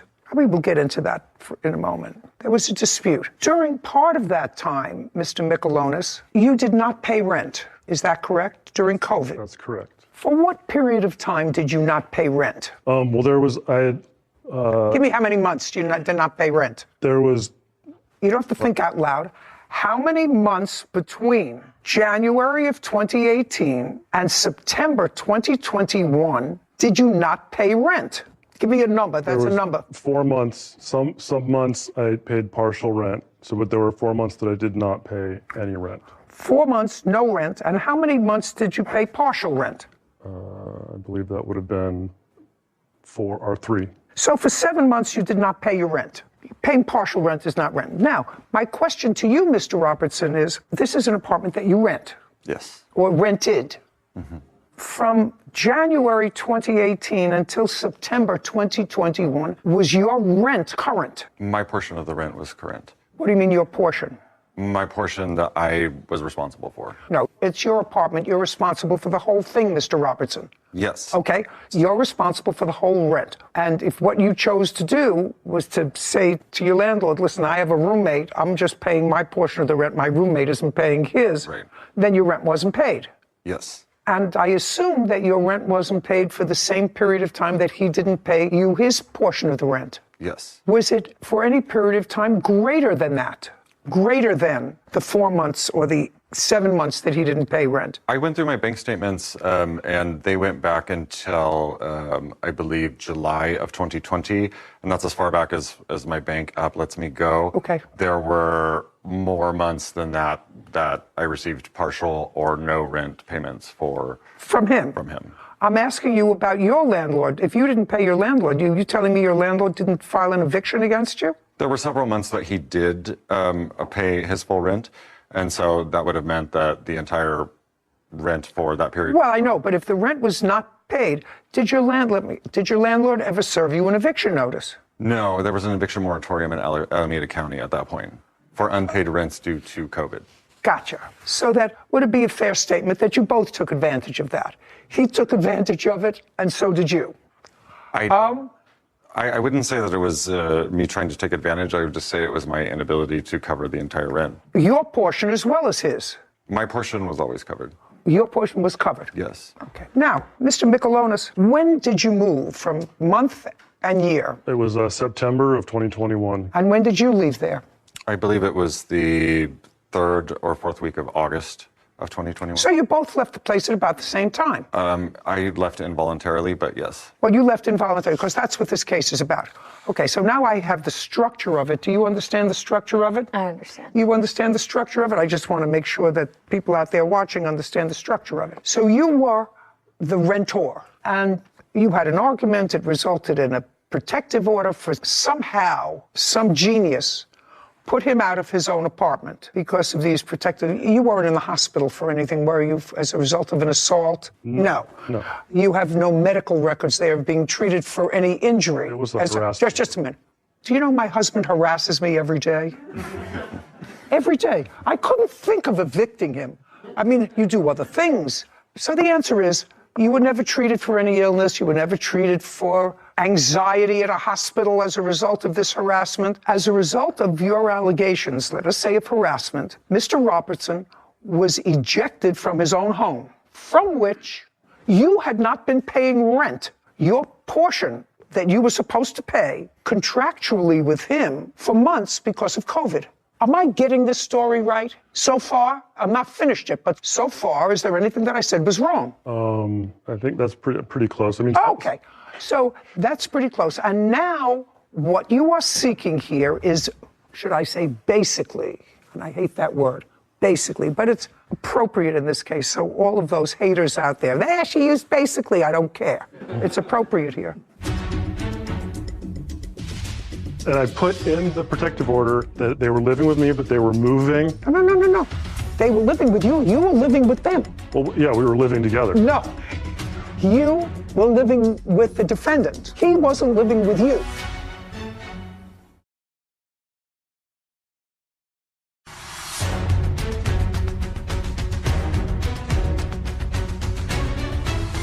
Mark Michelonis claims his former roommate, Christopher Robertson, owes for rent, a security deposit, and stolen property.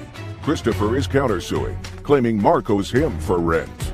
Now, what you're claiming in your lawsuit is that after a review of the copy of the underlying lease, you found that you were paying the vast majority of the rent.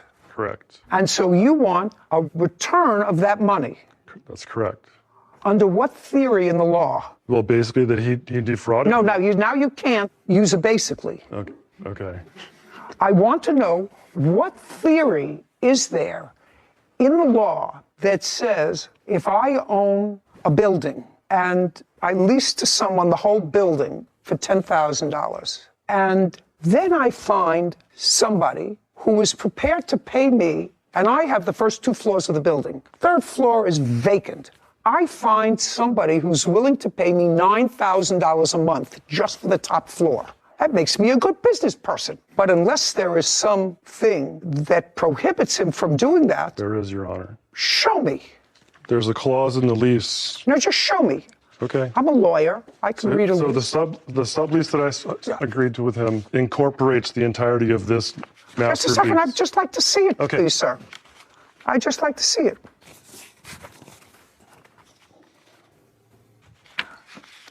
I assume you've highlighted what you want me to read. Correct. Okay. So what you're pointing to is that the landlord, his landlord, was not advised that you were subletting. No. Well, that's why signed by every tenant. So that was one of the things, because if you look at the second lease, the one that was altered by Christopher to remove those areas so I wouldn't be aware, or I wouldn't be able to enforce them, was because he moved his boyfriend in without getting my consent. And so it says in there that he needs written consent. I understand that that doesn't apply to me, but he thought it did. And so he used whiteout on the other lease that I gave to you to obfuscate those terms. I don't know how to put this to you, sir, other than to say, could we backtrack? What kind of work do you do? I'm a web developer. You work for yourself or for a company? I do. I'm an independent contractor. How long have you been doing that? 2 years. Prior to that, what were you doing? I was a system administrator. For whom? For a small company in San Francisco. How long did you work for them? 6 years. So for 2 years, you were an independent web developer, and you're still an independent web developer. Correct. And that's how you support yourself. Right. So you work out of your home. Right. And you've been working out of your home, you said, the last 2 years since 2020. This is 2022 or 19. Right. What do you mean, right? So it would have been. When you moved in 2018, were you an independent contractor? No, I was going to school. You were going to school? Right. For what? I went to, Just a second, for what? For web technologies. It was a program for web development technology. Did you go in person? Yes. It was an intensive. For how long? It was 3 months. It was 8 hours a day. Okay, so you went to school for 3 months. Right. During what period of time? January 2018 to end of March 2018. Okay, and at that time you were living with the plaintiff? Correct. Okay, so you needed a room for that 3-month period, and after that time, you supported yourself by being your own boss, by developing websites. It took me a while to find a job, but yes. What do you mean it took you time to find a job? The interview process to get work. I was interviewing. It was very hard to break into that industry. And so what did you do? So I started taking on independent work. So you never actually got a job outside of the independent work that you did? That's correct. So you support yourself by doing web development out of your home? Yes. So you used the home that you were living in, that room that you were renting, for not only your personal business, but you operated a place of business out of your residence. Okay. What do you mean, okay? Yes. Yes. I just want you to see how ridiculous you are. You want $10,000 because you overpaid what you consider your fair share of the rent. That's not going to happen. You come here, you didn't pay rent for at least 7 months because of COVID. You were working according to you. You were a web developer, still are. It's 2022 because you have no other job other than being a web developer. You stopped paying rent. You moved out after he did, correct? Well, did you pay? I'd like to correct in the something. month that you lived there, when you had put him out of his house because you were they were moving out. I did not put him out of the house. I thought that was a protective order. It was, but they were, and I put in the protective order that they were living with me, but they were moving, and so. No. They were living with you. You were living with them. Well, yeah, we were living together. No.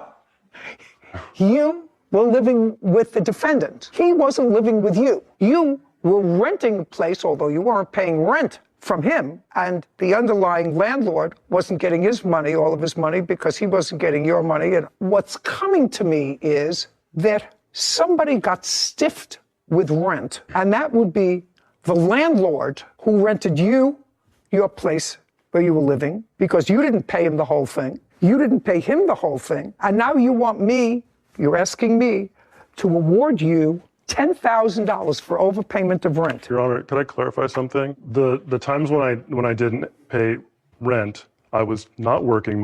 It was during COVID, so the first couple months of the COVID lockdown, I lost all of my contracts, so I didn't have any money. And so I was using there was a COVID process where you could, basically say that, There's no basically in there, only I used it once.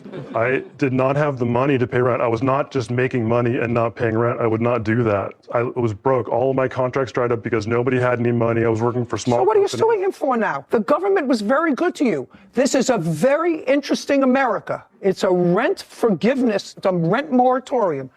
That doesn't mean the state where you live. What state do you live in? California. California. That doesn't mean the owner of this premises was given some sort of a break that they didn't have to pay for utilities, taxes, mortgage on the building, because it's used as a business. As far as I know, there wasn't a moratorium on that, but there was a moratorium on two seemingly able-bodied people to say to the landlord, I can't pay my rent. To add insult to injury, you think that I'm going to give you $10,000 because he charged you more than whatever the third or 40% of your occupancy of the apartment, and he shouldn't have? That's not going to happen, sir. So forget it. I've been here a long time. If a landlord is owed $5,000, yes, he doesn't say, well, tenant owes me $5,000, but his apartment was clean. I'm going to give him back his $2,000 security deposit. That doesn't happen.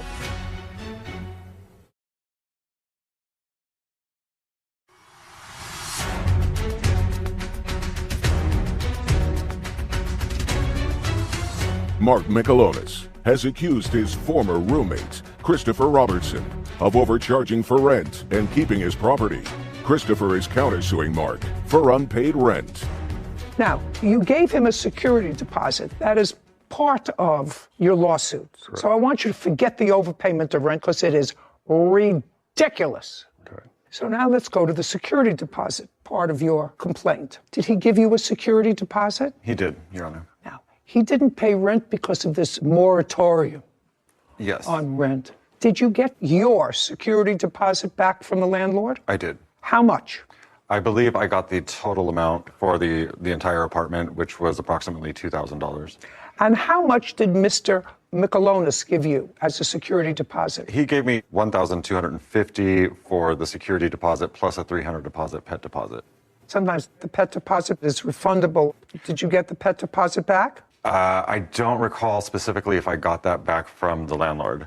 But you did get back your entire security deposit, which included his $1,250. Yes. Okay. That's correct. Let's hold that in abeyance for a moment, because now I'm going to go to your counterclaim. Sure. I think that's all I have to deal with. Oh, and property taken without permission. Did you get that property back? There was some... I did not. What property was it? There was a stone Buddha carving. There was some dishes, some glasses. Oh, give me a break. Do you have a stone Buddha carving? I have the stone Buddha carving. I have a small statuette, a rooster that is his, and a small metal... Great. Would you inside. pack those up? Yes. Do you live close to each other? I haven't been able to because of our mutual restraining orders. Fine. Do you know where your local precinct is?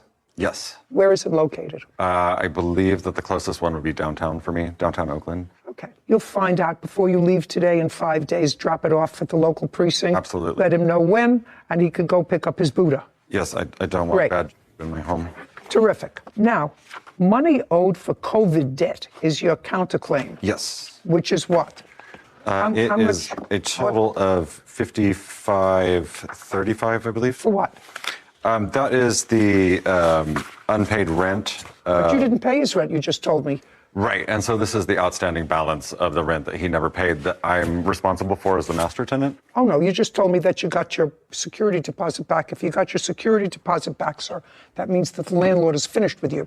According to the law... Not according to the law. If you got your security deposit back, the entire security deposit, the landlord has written it off, because otherwise he would have taken your security deposit if you owed him or her money. Do you understand what I'm saying? It's very simple. I understand what you're saying. It's very simple. I wish I could explain that to them in your... Well...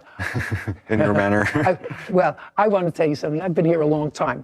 If a landlord is owed $5,000... Yes. He doesn't say, well... Tenant owes me $5,000, but his apartment was clean. I'm going to give him back his $2,000 security deposit. That doesn't happen. So only in the land of Oz does that happen. They might live there. Not in No, they might live there, but I don't live there. Okay. You owe him $1,250 for security deposit. This case is over. Your counterclaim's dismissed. We're done. Court is adjourned. Thank you very much. I would just like to bring Bye. Well, I was a little upset. He's being a drama queen. The clause in the lease was to prevent people from basically taking advantage of the fact that they've been living in a place for a long time and gouging rent for new tenants. He said I was price gouging him because it was enough to pay more rent than he might have if he had done some more research. They were trying to make it equal, and every place that I've lived in, there was always a equitable share of the rent. Like no one was ever gouging anybody. So I felt that I was unjustly charged. Well, I can't say it wasn't very satisfying to hear the judge call his claims ridiculous to his face. Basically, he was leaving the front door open, making it so my dog could escape easily. He was filling the house up with smoke. We both burned sage. He was basically trying to get me riled up. He wanted me to move. While I am disappointed that I won't be able to recover some of his COVID debt. Basically, the moment that he was inconvenient for me to be there, he tried to make my life miserable. I'm glad that I will never have to see him again, and this is done. I'm not living with roommates ever again. I've got my dog, and we're cool. He was a nightmare, and I never have to see him again.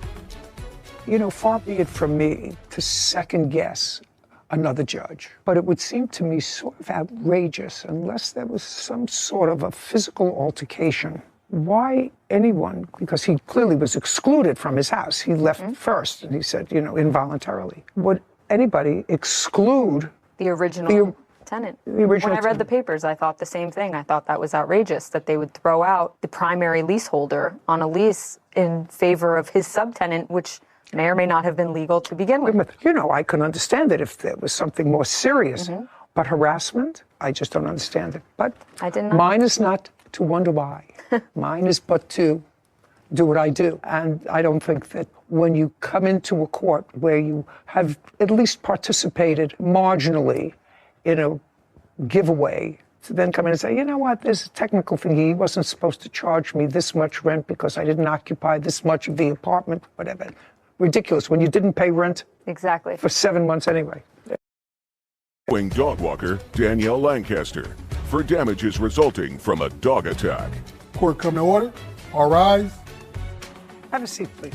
Case number 2002, Kwan versus Lancaster. Mr. Kwan, succinctly, your case involves an attack of a dog that was being walked by Miss Lancaster. She was a dog walker. She didn't own the dog. Correct. Dog got away from her, and according to you, attacked your dog, and you want to be compensated to the tune of $10,000. Correct. You were neither hospitalized, correct? I was not hospitalized. You were neither hospitalized, and your dog was not hospitalized. Correct. I assume that you have some medical evidence as a result of this incident to show me that you suffered from a dog bite. Yes. Okay. And the dog bite was from the dog that was being walked by Miss Lancaster. Walked is, I'm not sure if I would use the term. She's a dog walker.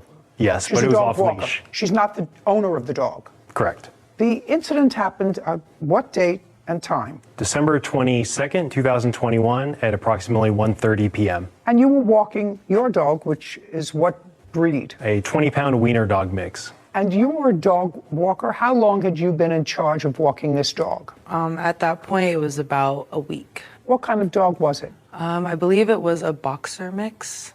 Not 100% sure. How old? 2, 3 years old, give or take. Who are the owners of the dog? The owners, I can't remember their name. One of Mike, but I don't remember their last names. But Do you remember the owners' names? Yes. And it would be fair to say that you knew their names because you tried to sue them. I contacted them, yes, but did not sue them. And you contacted them because they're the owners of the dog and they have a house. Mm-hmm. Is not an answer. Yes.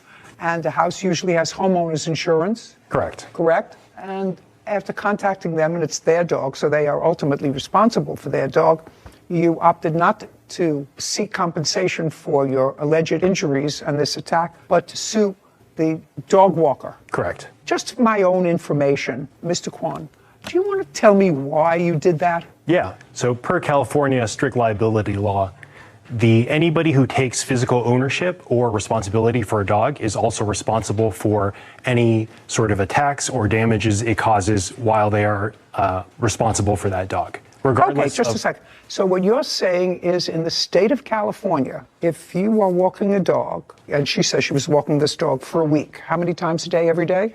2 times a day. Twice a day. And she had this job for a week, that under all circumstances, she is responsible for any injury that the dog does. Is that what you're saying? Correct. And what code is that? I have a statute over here. Just tell me the statute. For California dog bite law. I don't have the number, but I can bring it up to the, Would you bring it up? the court. It's California Civil Code 3342. Do you have it? I could pull it up. I have my notes. Could you pull it up for me? And I'll come back to you in a second, Sarah. I'm just curious about it. Okay, now let's tell me about the incident, sir. Sure. So at the time that I described earlier, I was walking my 20-pound wiener dog mix while my mother walked my infant son, who was 3 months at the time, in a stroller. Okay. I mean, it's not that I don't care about him and I don't care about your mother, but they have nothing to do with this case.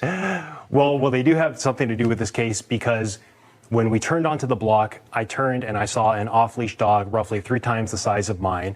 And I saw the defendant, Miss Lancaster. She gave no warning that the dog was off leash. And at that point, I later learned that the dog. No, don't tell me. Just tell me what happened, sir. Okay. You saw Miss Lancaster, and she was walking this dog off leash. Correct. And she gave no indication. No, not that. She gave me no indication. Okay. She was walking this dog off leash. Correct. So you saw the dog off leash. Yes.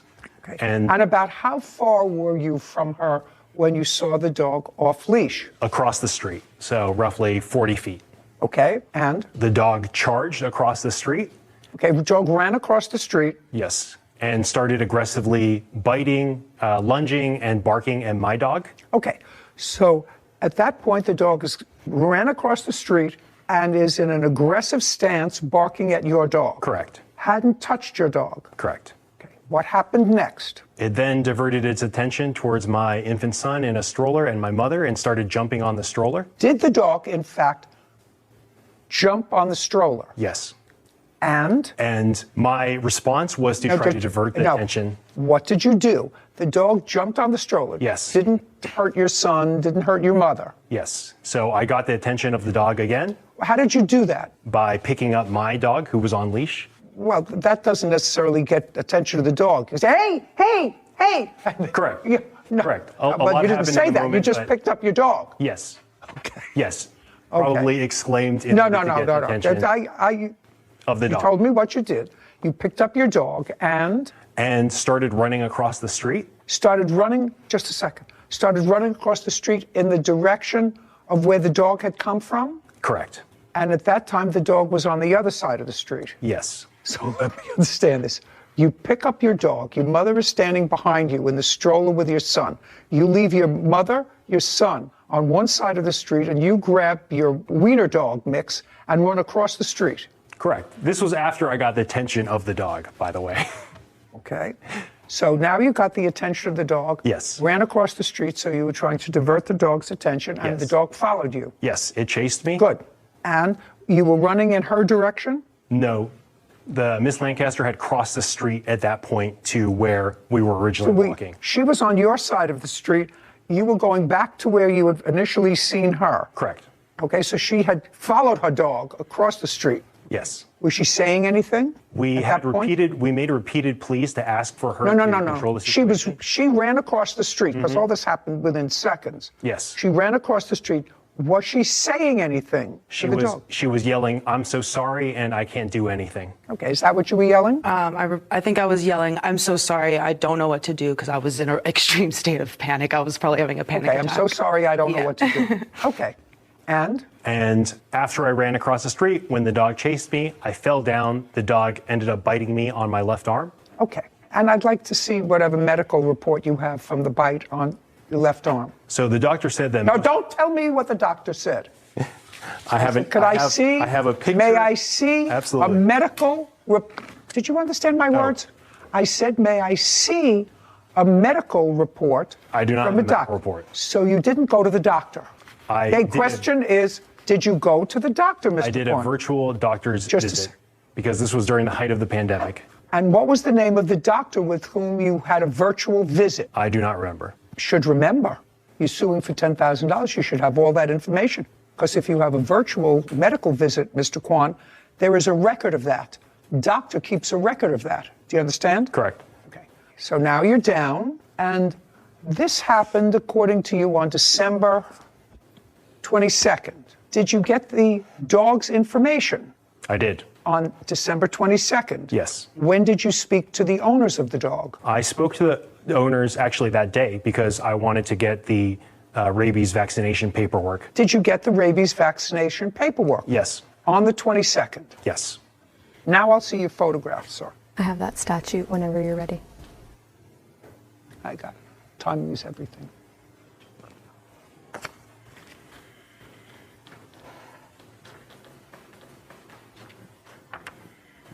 Okay, so the knee injury is when you fell. Correct. And the arm is a combination scratch and maybe tooth mark.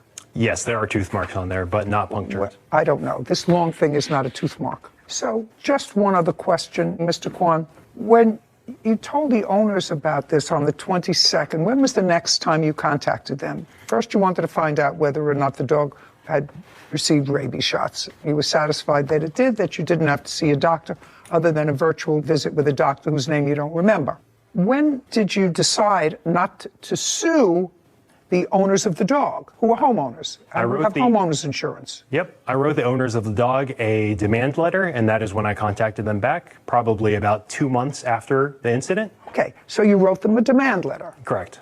And did they respond to your demand letter? Yes. Do you have copies of those letters? Yes, I do. I'd like to see copies of your letter and their response.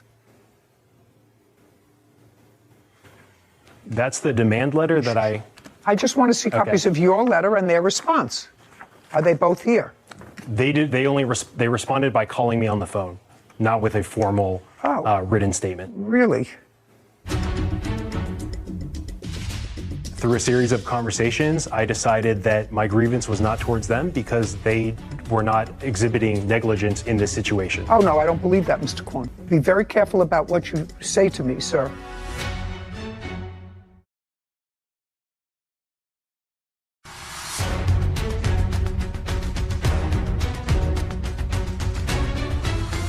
Derek Kwan claims dog walker Danielle Lancaster owes for injuries resulting from a dog attack. Okay. Well, you say the dog's a pit bull. The dog was a pit bull? I believe so. Dog a pit bull? I asked after the incident. I did ask as well if it was a pit bull. They said no, it's a boxer mix. You have a video of the incident. You have a video. Somebody has a video. Yeah. Correct. Someone's Ring camera. Okay.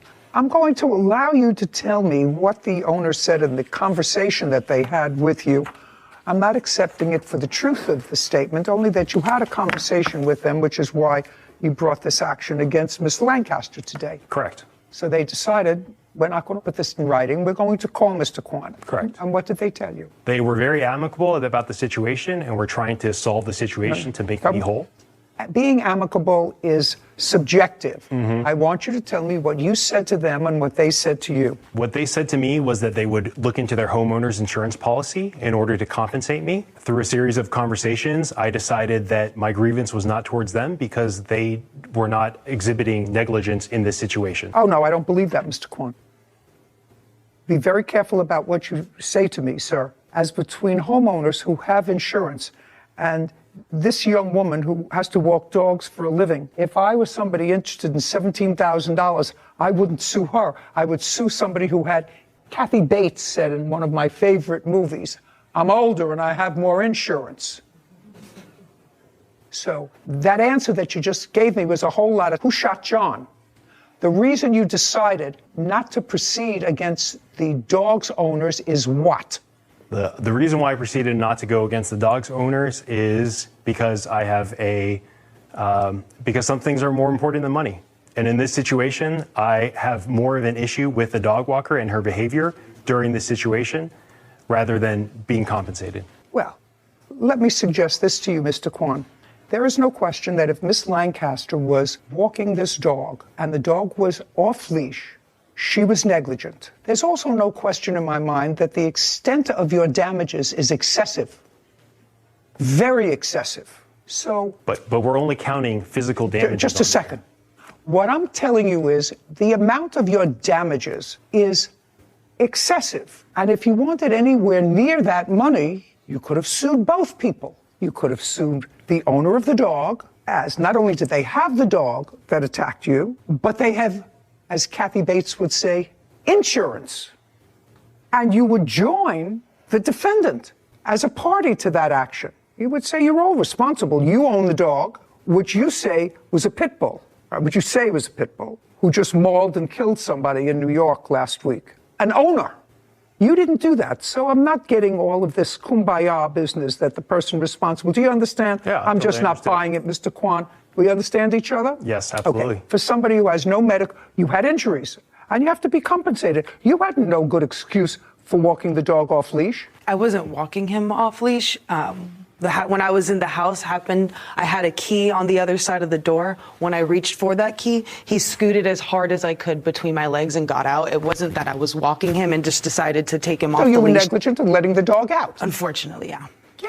Yes. But the dog had also been out for an hour at the time of the incident. Yeah, because when I was trying to get him back in, but many attempts, he was very hard to get in, and at that point, I was already having a panic attack, very emotional. No. Okay. Now, Miss Lancaster, let's get it together. Let's get it together. Mr. Kwan says that the dog was out for a period of time, and you weren't chasing the dog when he first saw you. You were in a walking mode. So the dog may have initially gotten out. Miss Lancaster, don't. You know, I'm an ecumenical abuser. Were you out with the dog for a period of time? Yes. Did you have a leash in your hand? I think is not an answer. Did you have a leash in your hand? No. How long were you out with the dog? Probably around an hour at that point. Okay. I was trying to get him back in, and twice I did have him by the collar, and wasn't having it. You didn't have him by the collar when he ran across the street? No, but before then I did. I don't care what happened before then. Okay. Before then, I was 21 years old, and I looked great in a bikini. Now, not so much. All right, Mr. Kwan, this letter was written to Miss Lancaster. Correct. I asked you for the letter that you wrote to the owners of the dog. I do not have that with me right now. Could we key up this video that I understand we have?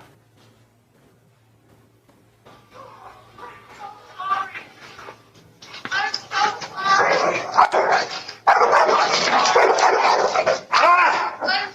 sorry. I'm so sorry. I'm so sorry. You can see my mother and I am infant so son playing. sorry. I'm so sorry. Call the person out. He bit me. I know I will because he bit me too. I know. Just grab him by the neck. I can't. He bit me twice on my hand already. I don't know what to do. It's been an hour. I seriously don't know what to do. He bit me twice already.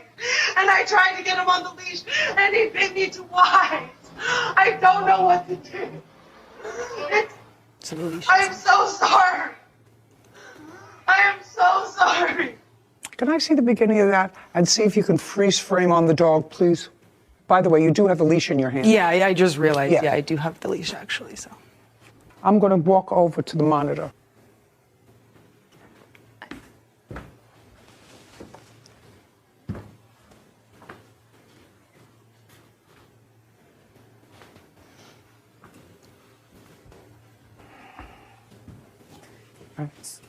So although the statute uses the word owner, there's vicarious liability if someone else assumed responsibility of the dog, even though the statute is clear, it only lists the word owner. But in California, they could be held liable through vicarious liability, a walker. A walker. That assumed responsibility for the animal. Okay. He neither suffered serious physical injury, certainly not serious enough for him not to go to work for a week, unless you model Bermuda shorts. You don't model Bermuda shorts, do you, Mr. Kwan? Just in my spare time. Of course not.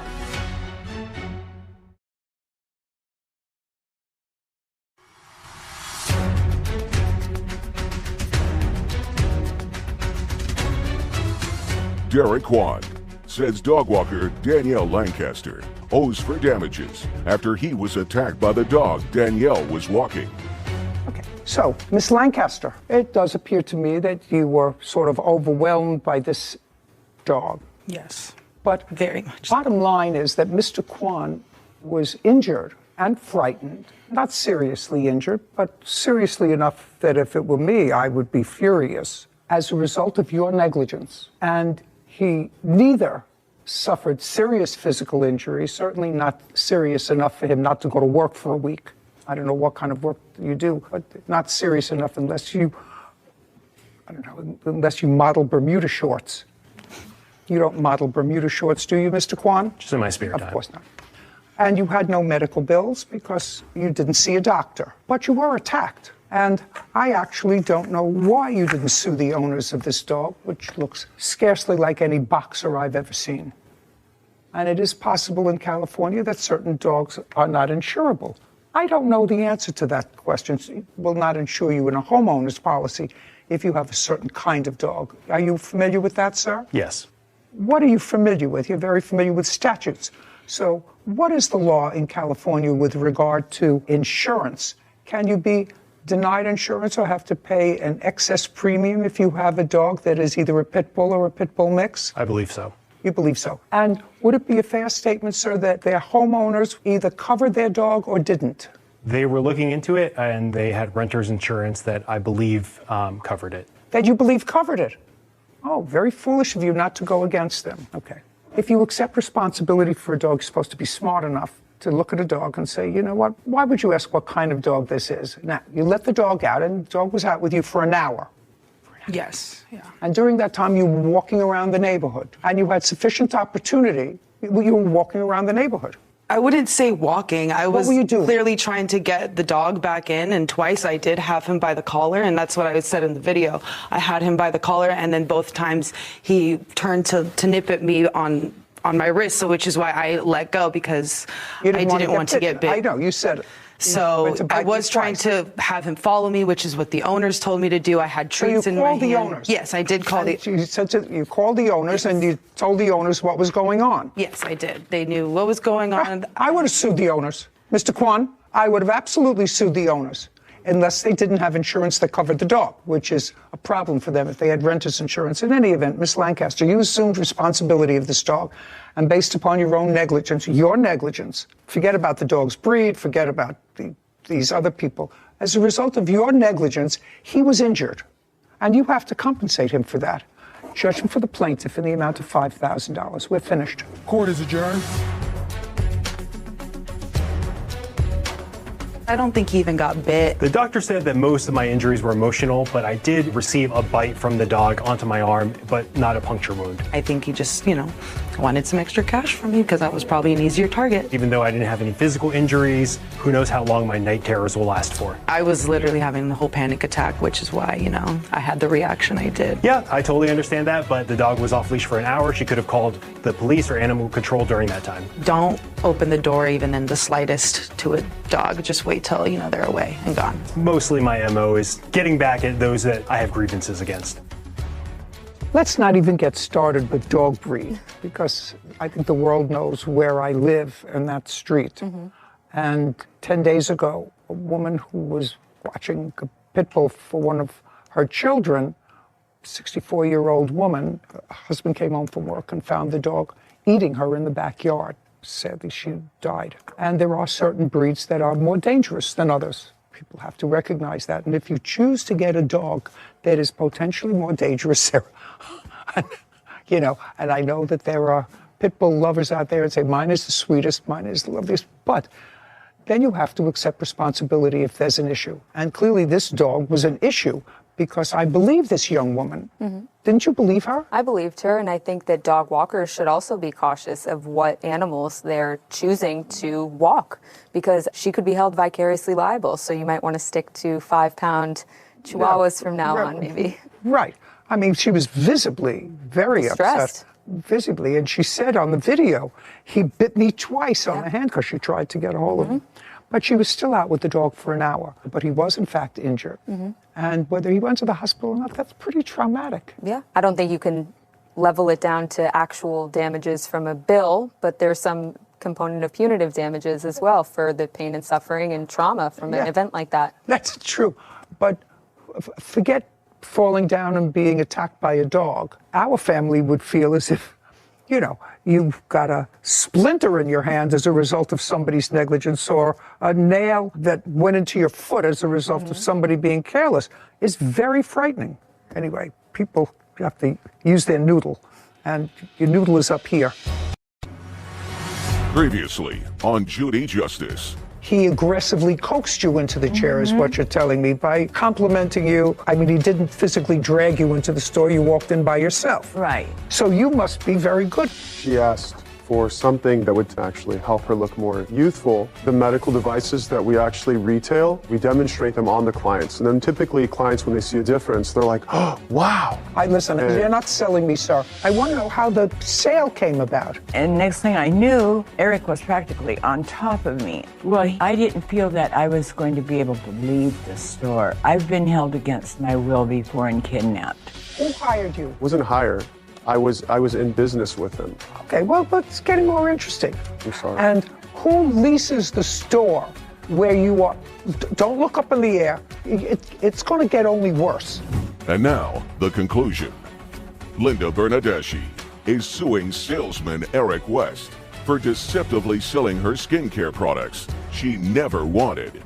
You know, I'm not sure she's entitled to a refund on all the products that she bought. I'm not thoroughly convinced yet that this was a situation where she was held against her will. But I've always been fascinated by these stores that want me to pop in and they give me a little white plastic thing and they stand outside, try this product. And, you know, you pass by and you say, no, thank you. I'm going to, no, you're beautiful. You know, this can take away the wrinkles in your face. I say, I make my money with my wrinkles in my face. Right? And I don't want to take them away. I want them to stay. So that's what it is. So I've always been fascinated as to the business aspect of it. And I digress for a moment because there was some scam company that was all over the internet that said I had created a skin line years ago. Couldn't find them. And they had all kinds of accolades, and it looked like it was sold through major companies online and endorsed. They had pictures all over. It was a scam.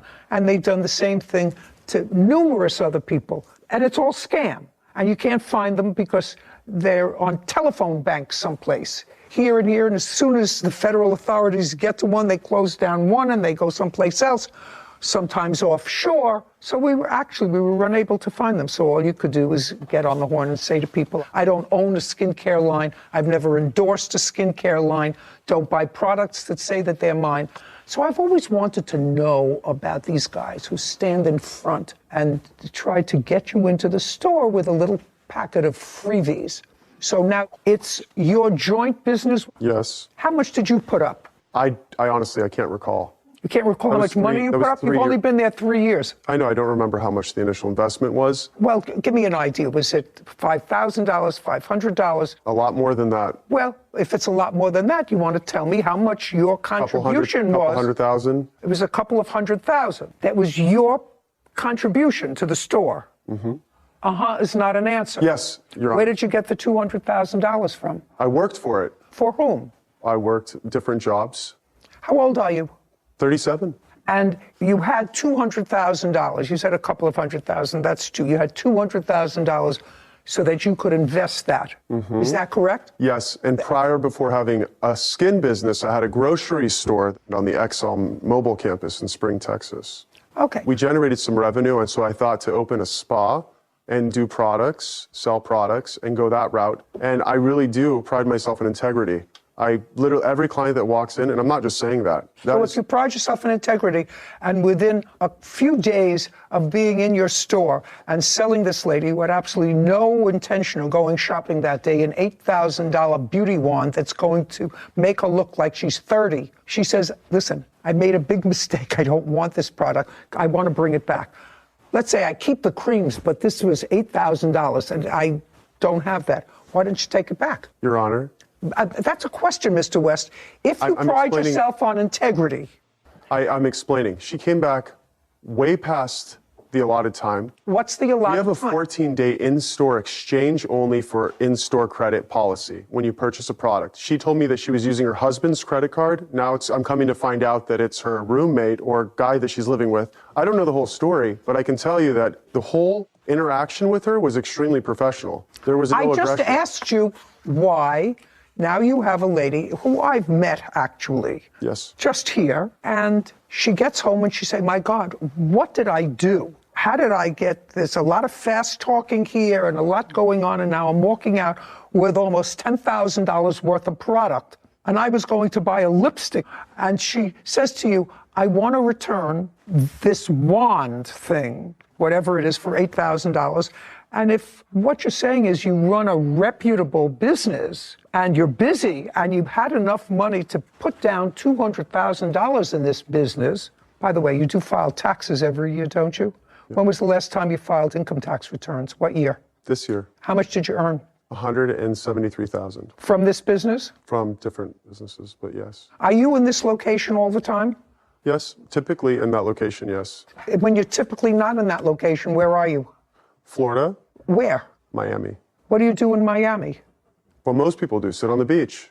Well, how often do you work? Pretty much almost every month. And I take my weekends and I'll fly and spend 3 days and then work. In Miami? Yeah. You go from California to Miami. Great. And she paid how much for all of that stuff? Nothing. She only bought one eye cream. That was the initial. Just a second. How much was the eye cream? It was $600, I believe. I have never, ever in my life spent $600 on eye cream.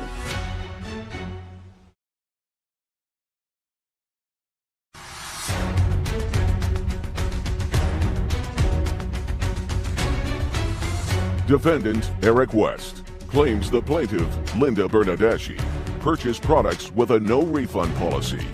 Linda felt she could not leave unless she bought the items. So you still haven't answered my question. She comes into you within a relatively short period of time after she purchased all this product. She said, "I don't have the money. I have to return this piece of equipment." And you said told... that sorry, I Go apologize. ahead. She said that she found the products cheaper online a week and a half to 2 weeks later. She was upset. Just a second. Did you call and say you found the products cheaper online? Yes, but it wasn't that. It wasn't 2 weeks later. How much later? A week at the most. Oh, which products did you find cheaper? The wand. I couldn't find the other products at all. But you said you found the wand cheaper. Is that what you told him? Yes. Now, you looked for the wand. You had to go on, like Sarah does, on the machine. Right. And look for it. And now I have to assume, Ms. Bernadeschi, I have to assume that if you went online to look at it, you tried it, because that makes sense. I want you to be very careful with your answer and not give me an answer that you think is going to help your case. But if I took the trouble to go online to try to find something, it would mean because I liked the product. So I would have tried it. No. Did you use the wand? No, I have not. It's still in its original packaging. There's no way it could be opened and sealed back up. There's no way. I looked online because I wanted to see how much I got ripped off for. Okay. And when you went online, how much did you find it for? $597, I believe. The same thing? Can I see what you found for $597? Kind of. Do you know what she's talking about? I know that when you go and you buy a Cartier ring from Cartier, you can get it online for a cheaper price. Listen to me, sir. It's not what I'm talking about. Okay, sorry. My apologies. Mr. West. I see what she's talking about. It's a very similar looking device listed for $575 from a different store. Yeah. This is the initial one that I showed you for that amount. That's what the defendant handed us a copy of. This, for this price, is the same. I just copied and pasted the name of the machine into Google, and this came up. So it looks a little bit different, but same concept. Would you go back to the other one, please, Sarah, the first one? And I want you to show me the comments that gave it a 5-star rating. 2 reviews. Yeah, there it is. Just want to look at it. Looks like one from 2019. Okay, let me see the next one, please. And now that I'm reading it, this looks as if it's for a different device. This says electrobionic. So the review that's listed here looks to be for a different device. A different product. Yeah. Okay. No, she found it. Okay. She found it for me. Sorry. She found it for me, a different color, whatever. Anyway, so you called him about a week later. Yes. You called him about a week later and said, I found it cheaper. Yes. And what did he say to you? He said, well, I can't give you a refund. He said that would have to be up to corporate. So I'll have to get a hold of them and get back with you. Well, he never did. Taking what you say is true, you called him a week later and said, I found this very expensive product. The other thing were facial creams and potions and lotions, whatever. I'm not so concerned about those. I'm concerned about this $8,000 item. So you called and said to him, with regard to the $8,000 item, I found it cheaper. I don't think I told him that, no. Okay, now let me read the police report.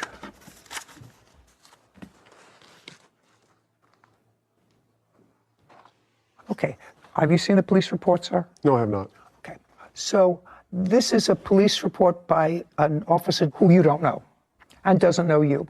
What happened was, on the 8th of March, he received a dispatch to go to a location because the plaintiff had complained that she felt on the 21st of February that she couldn't leave the store, and she spent over $9,000 at the store. So he went to see her because the case was a false imprisonment case. And it said, while officer was en route, he asked his dispatch if there was any history involving your location. And it said there were 2 previous incidents involving your store. You're aware of that? Yes, Your Honor. Yes. And he read the papers of the events. There were 2 different complaints, 2 different complainants that were very similar that were reported by this plaintiff. Said that the other 2 victims were lured into the store and they felt as if they were not able to leave until they purchased products. One of the reports stated that the victim had spent over $100,000 on recurring charges and products that she didn't want. So, in a very small area, there's a little history there. I'm reading you what the complaints are, sir. Do you understand? Absolutely. Okay, let me finish.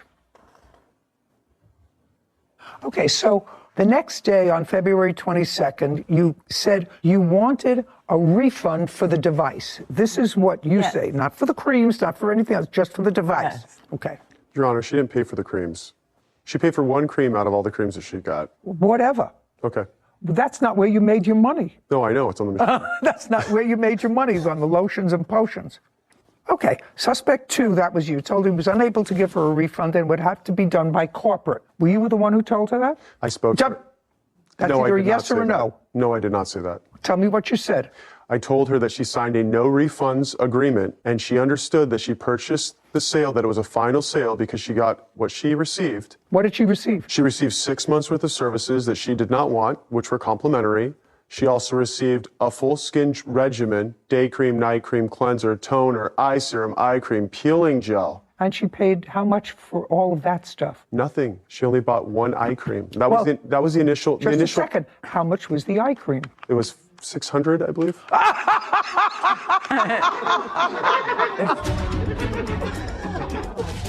Do you still run that place when you're not sunning in Miami? No, and those are the only. Just a second.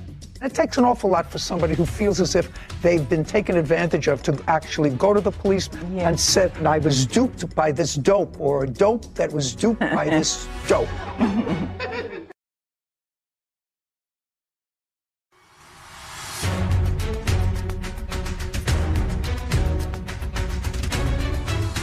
Defendant Eric West claims the plaintiff, Linda Bernadeschi, purchased products with a no-refund policy. Linda felt she could not leave unless she bought the items. The eye cream was $600. Okay. All right. Mr. West, I'm not going to waste any more time with this case. You're going to get your $8,000 back when Mr. West gets back his sealed wand. Do you understand? Yes. If it's been opened. It hasn't. If it's been opened, it belongs to you. Do you understand? Yes. If it's been opened and it came in a sealed package, it belongs to you. As soon as Mr. West receives, you're still in the same location? Are you still in the same location? That's either a yes or a no. I'm not in the location, no. What? There's another operator there, but just for the record, I believe that we opened the device because she wanted to know how to use it at the store. Just a second. Okay. So then you have no problem, sir. Do you understand? Yes. Unless she can return the item to you sealed, because she says it's sealed, and there's no way that it could have been opened. That's what she told me. If she opened it, that means she tried it. And if she tried it, it belongs to you. Do you understand? Yes. So within 5 days, he gets the product back. What? I just want to show you this final sale agreement that she wrote. I understand what it says, sir. I understand what it says. I also understand that your little company had 2 prior complaints from that location. And it takes an awful lot for somebody who feels as if they've been taken advantage of to actually go to the police. Most people just write it off and say, I was being a real schlemiel and I was duped by this dope, or a dope that was duped by this dope. And just say, Your Honor, I'm going to eat it. What I'm telling you, sir, is I buy an awful lot of junk for my face. That's what old people do. They buy lotions and potions and stuff. I even steal some of hers. And I have plenty of dough. I have never, ever in my life spent $600 on eye cream. Ever.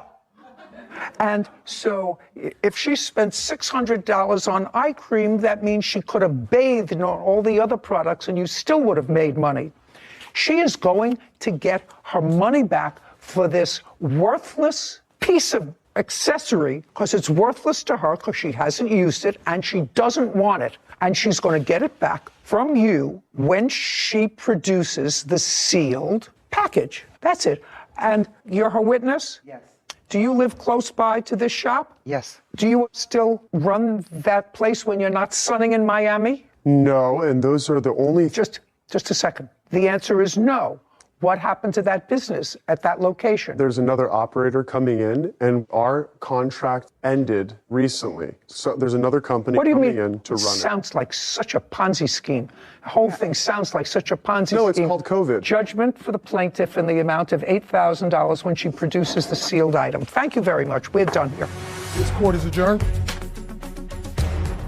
This woman clearly had a bad episode of buyer's remorse, was emotionally unstable, used somebody else's credit cards that claims to be her husband, and God only knows what other kind of schemes she's trying to pull. Well, I think the judge made a very sound decision because the guy is a total fraud. She actually took advantage of me and took my time for 3.5, almost 4 hours, asking me, what is this? How does this work? What is this? How does that work?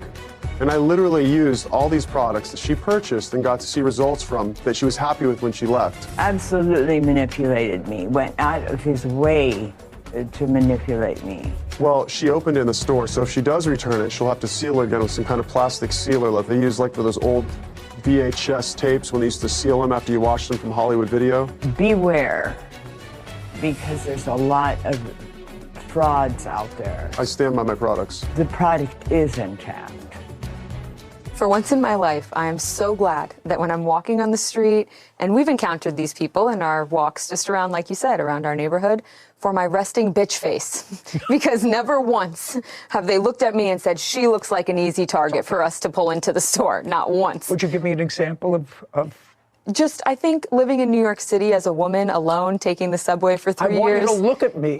No, I can't recreate it. You know it when you see it. You know it when you see it. I'm sure it's on one of our episodes. But I just am so disgusted with people like that know exactly what they're doing. He suns himself in Miami on the weekends, all on the backs of these poor older people who feel pressured, and maybe like she was saying, she lives with someone who's a recluse, who I'm sure she doesn't speak to that many people, and that's the whole scam. And I just feel so terrible that this guy takes pride in his business that is scamming people. It looks like a little bit of a shady business that he went into for $200,000, and now somebody else took it over. And not anyone with a last name. Yeah, There's never anyone with a last name involved in these things. People have to be careful. In the law, caveat emptor, let a buyer beware. That's okay. But this over-aggressive salesmanship reminds me, Sarah, of something that the Legal Aid Society, who were the defense team in family court, would argue in a closing statement in a robbery case to me. They would say to me, it's not a robbery. He was aggressively panhandling. That's what it was. It wasn't a robbery. It was an aggressive panhandle.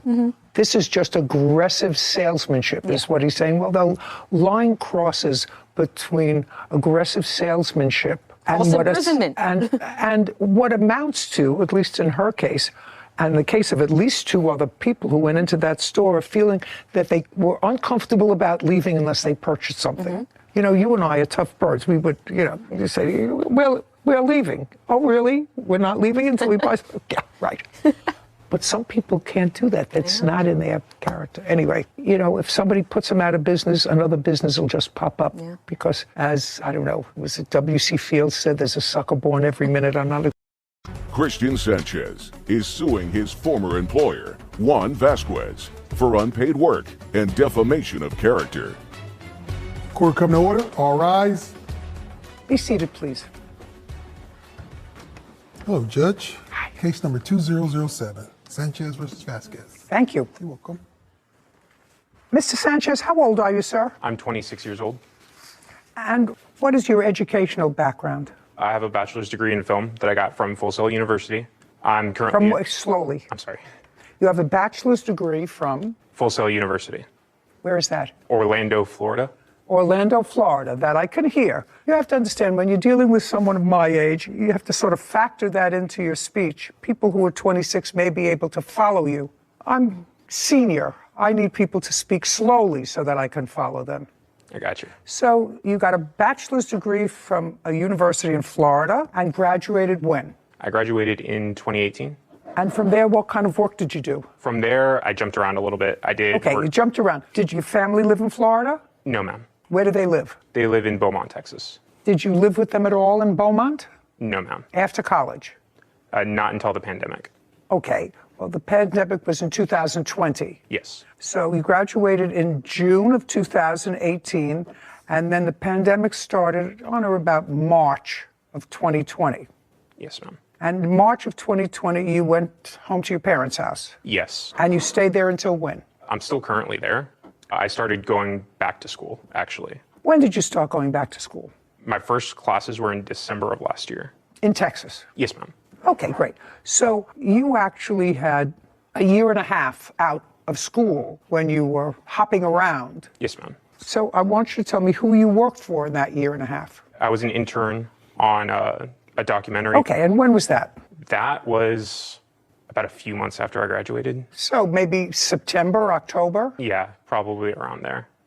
I did a few independent films. Okay, and what kind of work did you do for them? Just kind of depended what they needed. It was mostly Like a PA PA? stuff. Yeah. Like a PA.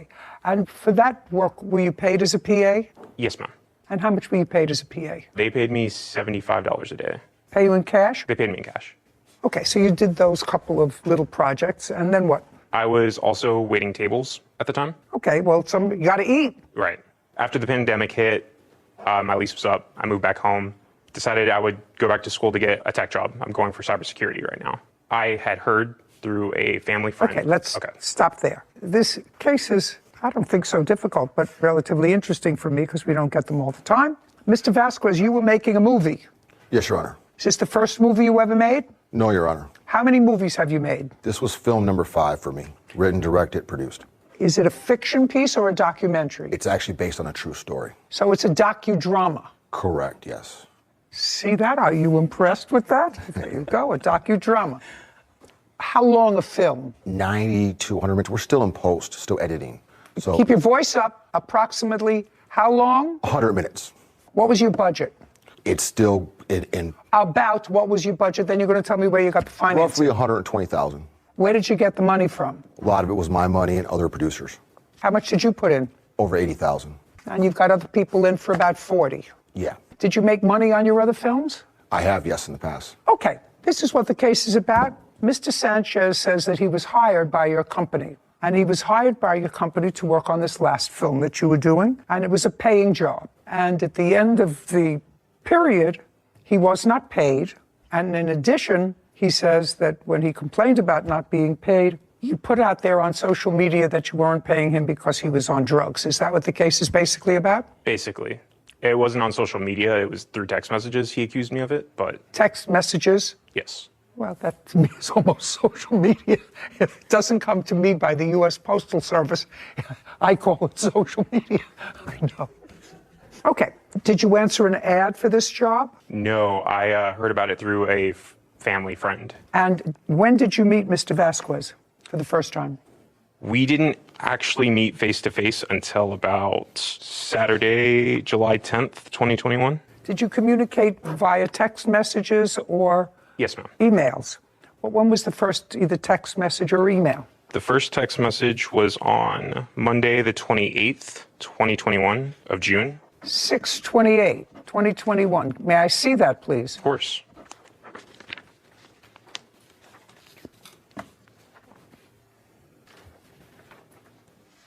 And this one, too. Sorry.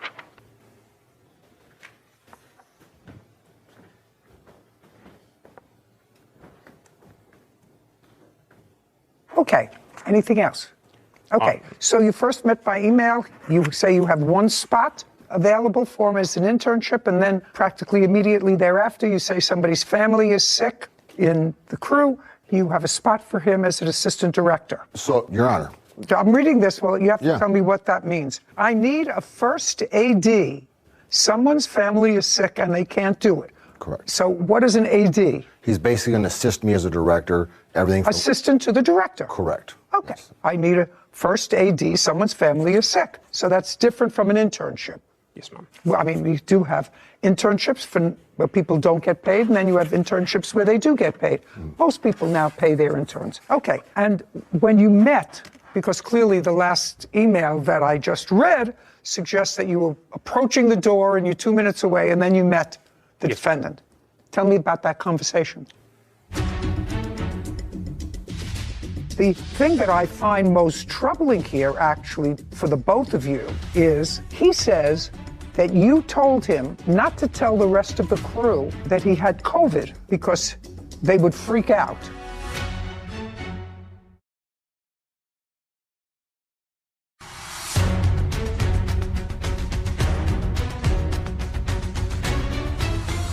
Christian Sanchez claims filmmaker Juan Vasquez owes him for unpaid work. One says Christian was an unpaid intern. Okay, and when you met, because clearly the last email that I just read suggests that you were approaching the door and you're 2 minutes away, and then you met the defendant. Tell me about that conversation. So we met, we sat down. I kind of told him a little bit about my background, like I told you before. He kind of went over like what he was expecting me to do. Just a second. I want you to tell me what he told you that he wanted you to do. Managing the set, creating schedules, calling extras, making sure that they were there on time. Is that what you told him? Yes, basically assisting me whatever I needed. Okay, that sounds like more than a PA.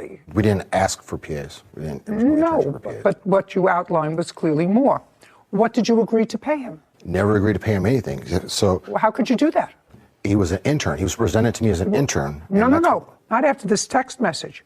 He said he was looking for an internship, and you said to him, I have a better role for you. I need a first AD. Someone's family is sick. Whose family was sick? The name of the person. I don't recall. Okay. When you did a budget, did you have a budget for a first AD? No, we didn't. Careful. Did you have a budget for a first AD? No, not that I remember. I usually don't use a first AD, so the terminology... No. Listen, you know who produces this show?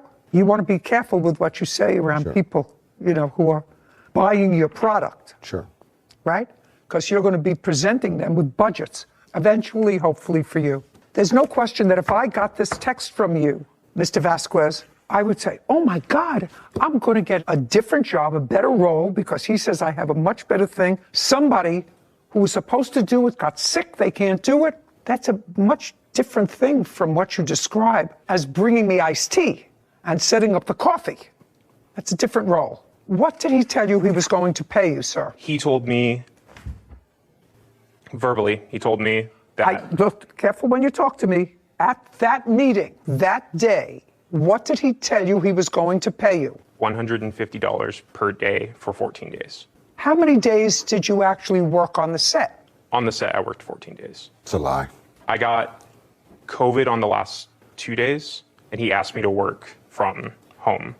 And I still scheduled and did all that stuff. I never asked him to work from home. You got COVID the last 2 days, so you were actually there 12 days. Physically there, but I was still working for him. Who knows? How do I know that? I have text. I would like to see the work that you did from home on day 13 and 14. 1,800 for 12 days, not including. Okay. On those specific days, I have it on my phone. Could I pull it up? No, I want to see what you did. If you did work, you sent emails out, you sent scheduling out, and you would probably have to have a conversation with your boss and say, I have COVID, but I'll do whatever I could do from home. I have all of that. I'd like to see it. Yes, ma'am. Your Honor, if I may interject. Yeah. So he shows up to the set sick with COVID, gets everybody sick. I had a call the next day of filming because of that. Are you talking about after he was there for 12 days? Yes, I'm talking about that particular part, but I'm talking about he was there for 12 days. He didn't have COVID for 12 days. we don't know that. Well, who knows that? I don't know if you have COVID. We just got tested, Your Honor. Who knows if you have COVID? Who knows if I have COVID?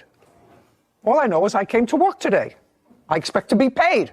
I wouldn't come to work if I was sick and laying in bed and feeling nauseous. And Your Honor, if you had a remote position, that'd be different. He didn't have a remote position. I'm not talking about his 2 days. He was there 12 No, days. he did it throughout the course of the project. He was never on time. I don't care if he was never on time. If he's never on time, sir, then you fire him. There was days he was not on set. Listen to me. Okay. If he's never on time, then you tell him don't come back after the second day. But if you let him come for 12 days and do whatever he does, I mean, you know, Mr. Vasquez, I'm going to make this as painless for you as possible. There are some employees that I have had over the years that were terrific. Some not so terrific, some terrible. The terrible ones who were really terrible, who I would have liked to have fired, period, I couldn't do it because of human resources. Sure. They have a whole protocol, volumes, like an Encyclopedia Britannica, what you have to go through to fire somebody who's not doing their job. Right. But you have to pay him until you can fire him. If you have him come to work, even if he's doing a terrible job, you still have to pay him. Now, if he goes home because he's sick and you're not giving him sick leave and you don't agree for him to work remotely, that's on him. Does that sound fair to you? Yeah, absolutely. I'm so glad. Unless, of course, you agree to have him work remotely, then you have to pay him for 14 days. Right. It starts right there, Your Honor, and then the next 2 days follow it.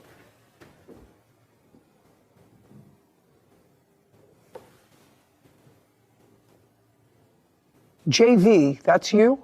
Yes, ma'am. JV, that's you. So you did, in fact, confer with him from home. Tell him to order food, to picking it up. I don't care if he worked for you for a half hour. He's not your friend. The thing that I find most troubling here, actually, for the both of you, is he says that you told him not to tell the rest of the crew that he had COVID because they would freak out. Correct. And he didn't tell the rest of the crew as far that as he I had know. COVID. Well, you told him not to. And he said, okay. Well, you have to know, as a good citizen, that's not the right thing to do. You do understand that. And, you know, by not having him on the set, we thought that was proper protocol. No, you're supposed to notify people who you came into close contact with.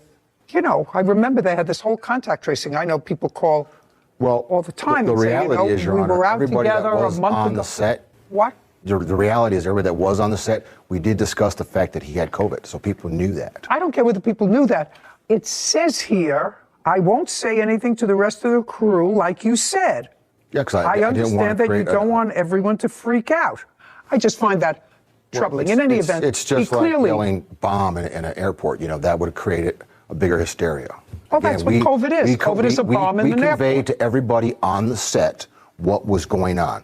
The reality is, this man was presented as an intern, never said paid internship. Once he got on the set, he tried to strong arm us, then demanded the money once he had all the information on the set. We didn't hire him. We didn't post a job for him. We made a job for him because a producer called me up. This is when nepotism goes bad. This kid couldn't even order pizza, Your Honor. He spent $300 at Domino's. Who spends $300 at Domino's? Mr. Vasquez, then you fire him. I should have fired him. Do you him. understand? I should have fired him. Then your recourse is to fire him. And you're a little company that doesn't have an HR department. Say, you know what? What's your first name? Christian. Christian, you're a nice guy, but it's not working out here. We're going to pay you for 3 days because that's what you were here. Don't come back. I'm going to get somebody else. And you should have done that, Your Honor. But that's what you should have done. Yes. But that's not what you did. You continued to use whatever limited services he provided, even when he was home with COVID. Yes. even when he went home with COVID, you continued to ask him to do things for your company and for the film, and that you can't do without compensating him. You gave him a job, and if he didn't work out, say, what was the name of that woman from that show that says you're fired or something? The weakest link. Weakest link, that was the lady. She was terrific. Well, anyway, you say you're fired. That's easy.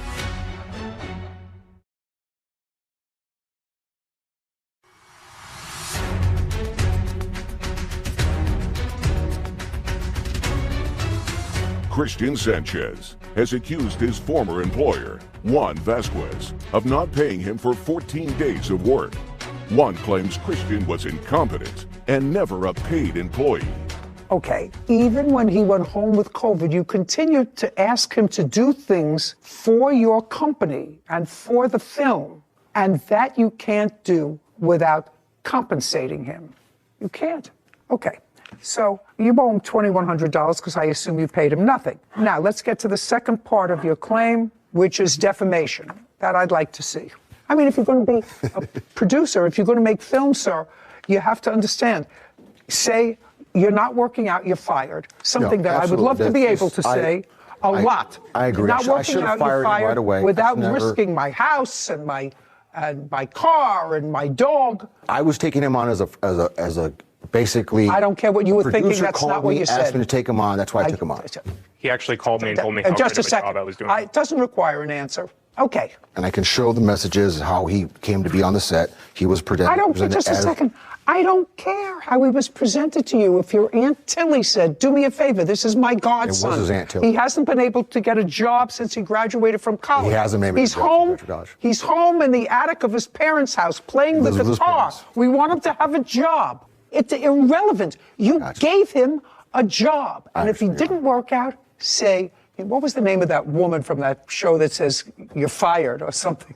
Well, anyway, you say you're fired. That's easy. Do we remember the name of that woman from England who had a show where she said, "You're out, get out"? I don't know. She was terrific. Let me see.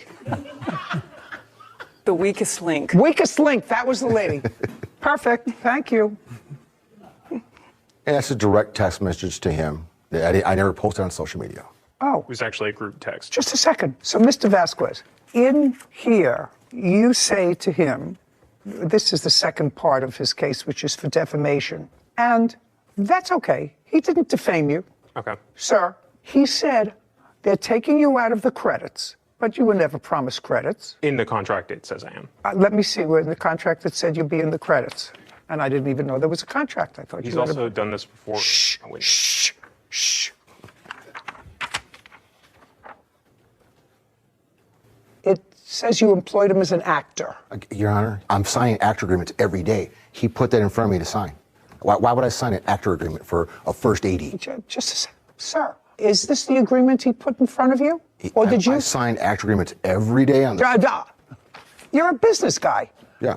I'm a business lady. That looked like an actor agreement. Sign That's why I signed it. Actor agreement. That's what it says. Yeah. He's not an actor. Don't sign it. It says you agreed to pay him $150 a day for 4 days of shooting. 14. 14 days of shooting. And that he will be responsible for paying all the taxes on it. So he was going to be paid. I didn't write that out, Your Honor. Kevin, would you show this to him, please, and see if he can identify that as his signature? I'm going to check here to see if it's his signature. It looks like a signature to me. Mr. Vasquez, it appears to be the same signature that you used to sign the answer. Yes, Your Honor.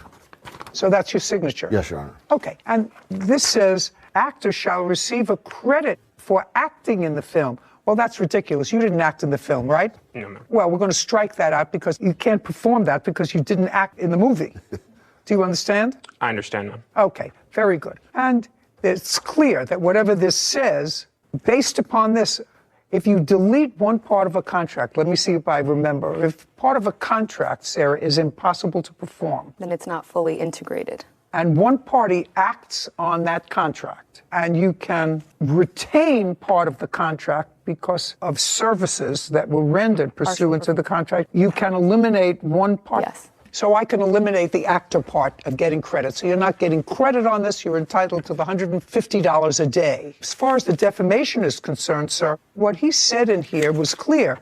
He said he was told by someone else, which is very possible. And the only thing that you can produce for me today is this fellow who said you tried to put together a little bit of a drug transaction. Are you? No. Well, then you're irrelevant. You can produce, because if he says, told me, then he's not saying you did this. He put it in a text to you that this is what he was told. Whenever I served him the night before, the very next morning he sent me that text message. I don't care. I don't care. He's not a great businessman. Judgment for the plaintiff in the amount of $2,100. Thank you very much. We're finished. This court is adjourned. I thought she was very fair. I'm really, really happy with how the judgment came out. He was an intern. Interns aren't paid. It never said paid internship. He tried to avoid signing a contract at first. The reality is, with a budget, we would love to pay the kid, but he cost us more money than he was actually worth. He lies constantly. Nothing's ever his fault. He always makes up a new scenario in which he's the victim. He couldn't even order pizza. I mean, who spends $300 at Domino's? Handed me the actor's agreement, told me to sign it. No more nepotism. If I don't know him, I've embedded him. I don't want them on the project. A little bit weird, but it had everything. And this kid is going to go be a cybersecurity guy. Always save your receipts, dude. Always just keep any sort of communications, even if it's a phone call, send a text or an email that just recaps what you said. I'm so happy to vent for a moment on the current inability to fire inept people and to fire people who aren't doing their job, which has been getting worse over the last quarter century. I actually believe that HR is a vital service for people who are unjustly, based on something other than their performance, treated badly by an employer. And harassment in the workplace, I think, is important. Anyway, I got that out of my system. The contract. Yeah, the contract. I think it was unenforceable to begin because I think the form was clearly erroneous. It wasn't the proper form. He wasn't an actor. Both of them knew he wasn't an actor. However, it was signed by both parties, and there was substantial performance on behalf of the plaintiff by showing up to work every day, performing his duties under the contract. So as soon as he substantially performed the contract, the defendant can't then claim it's unenforceable. First of all, because he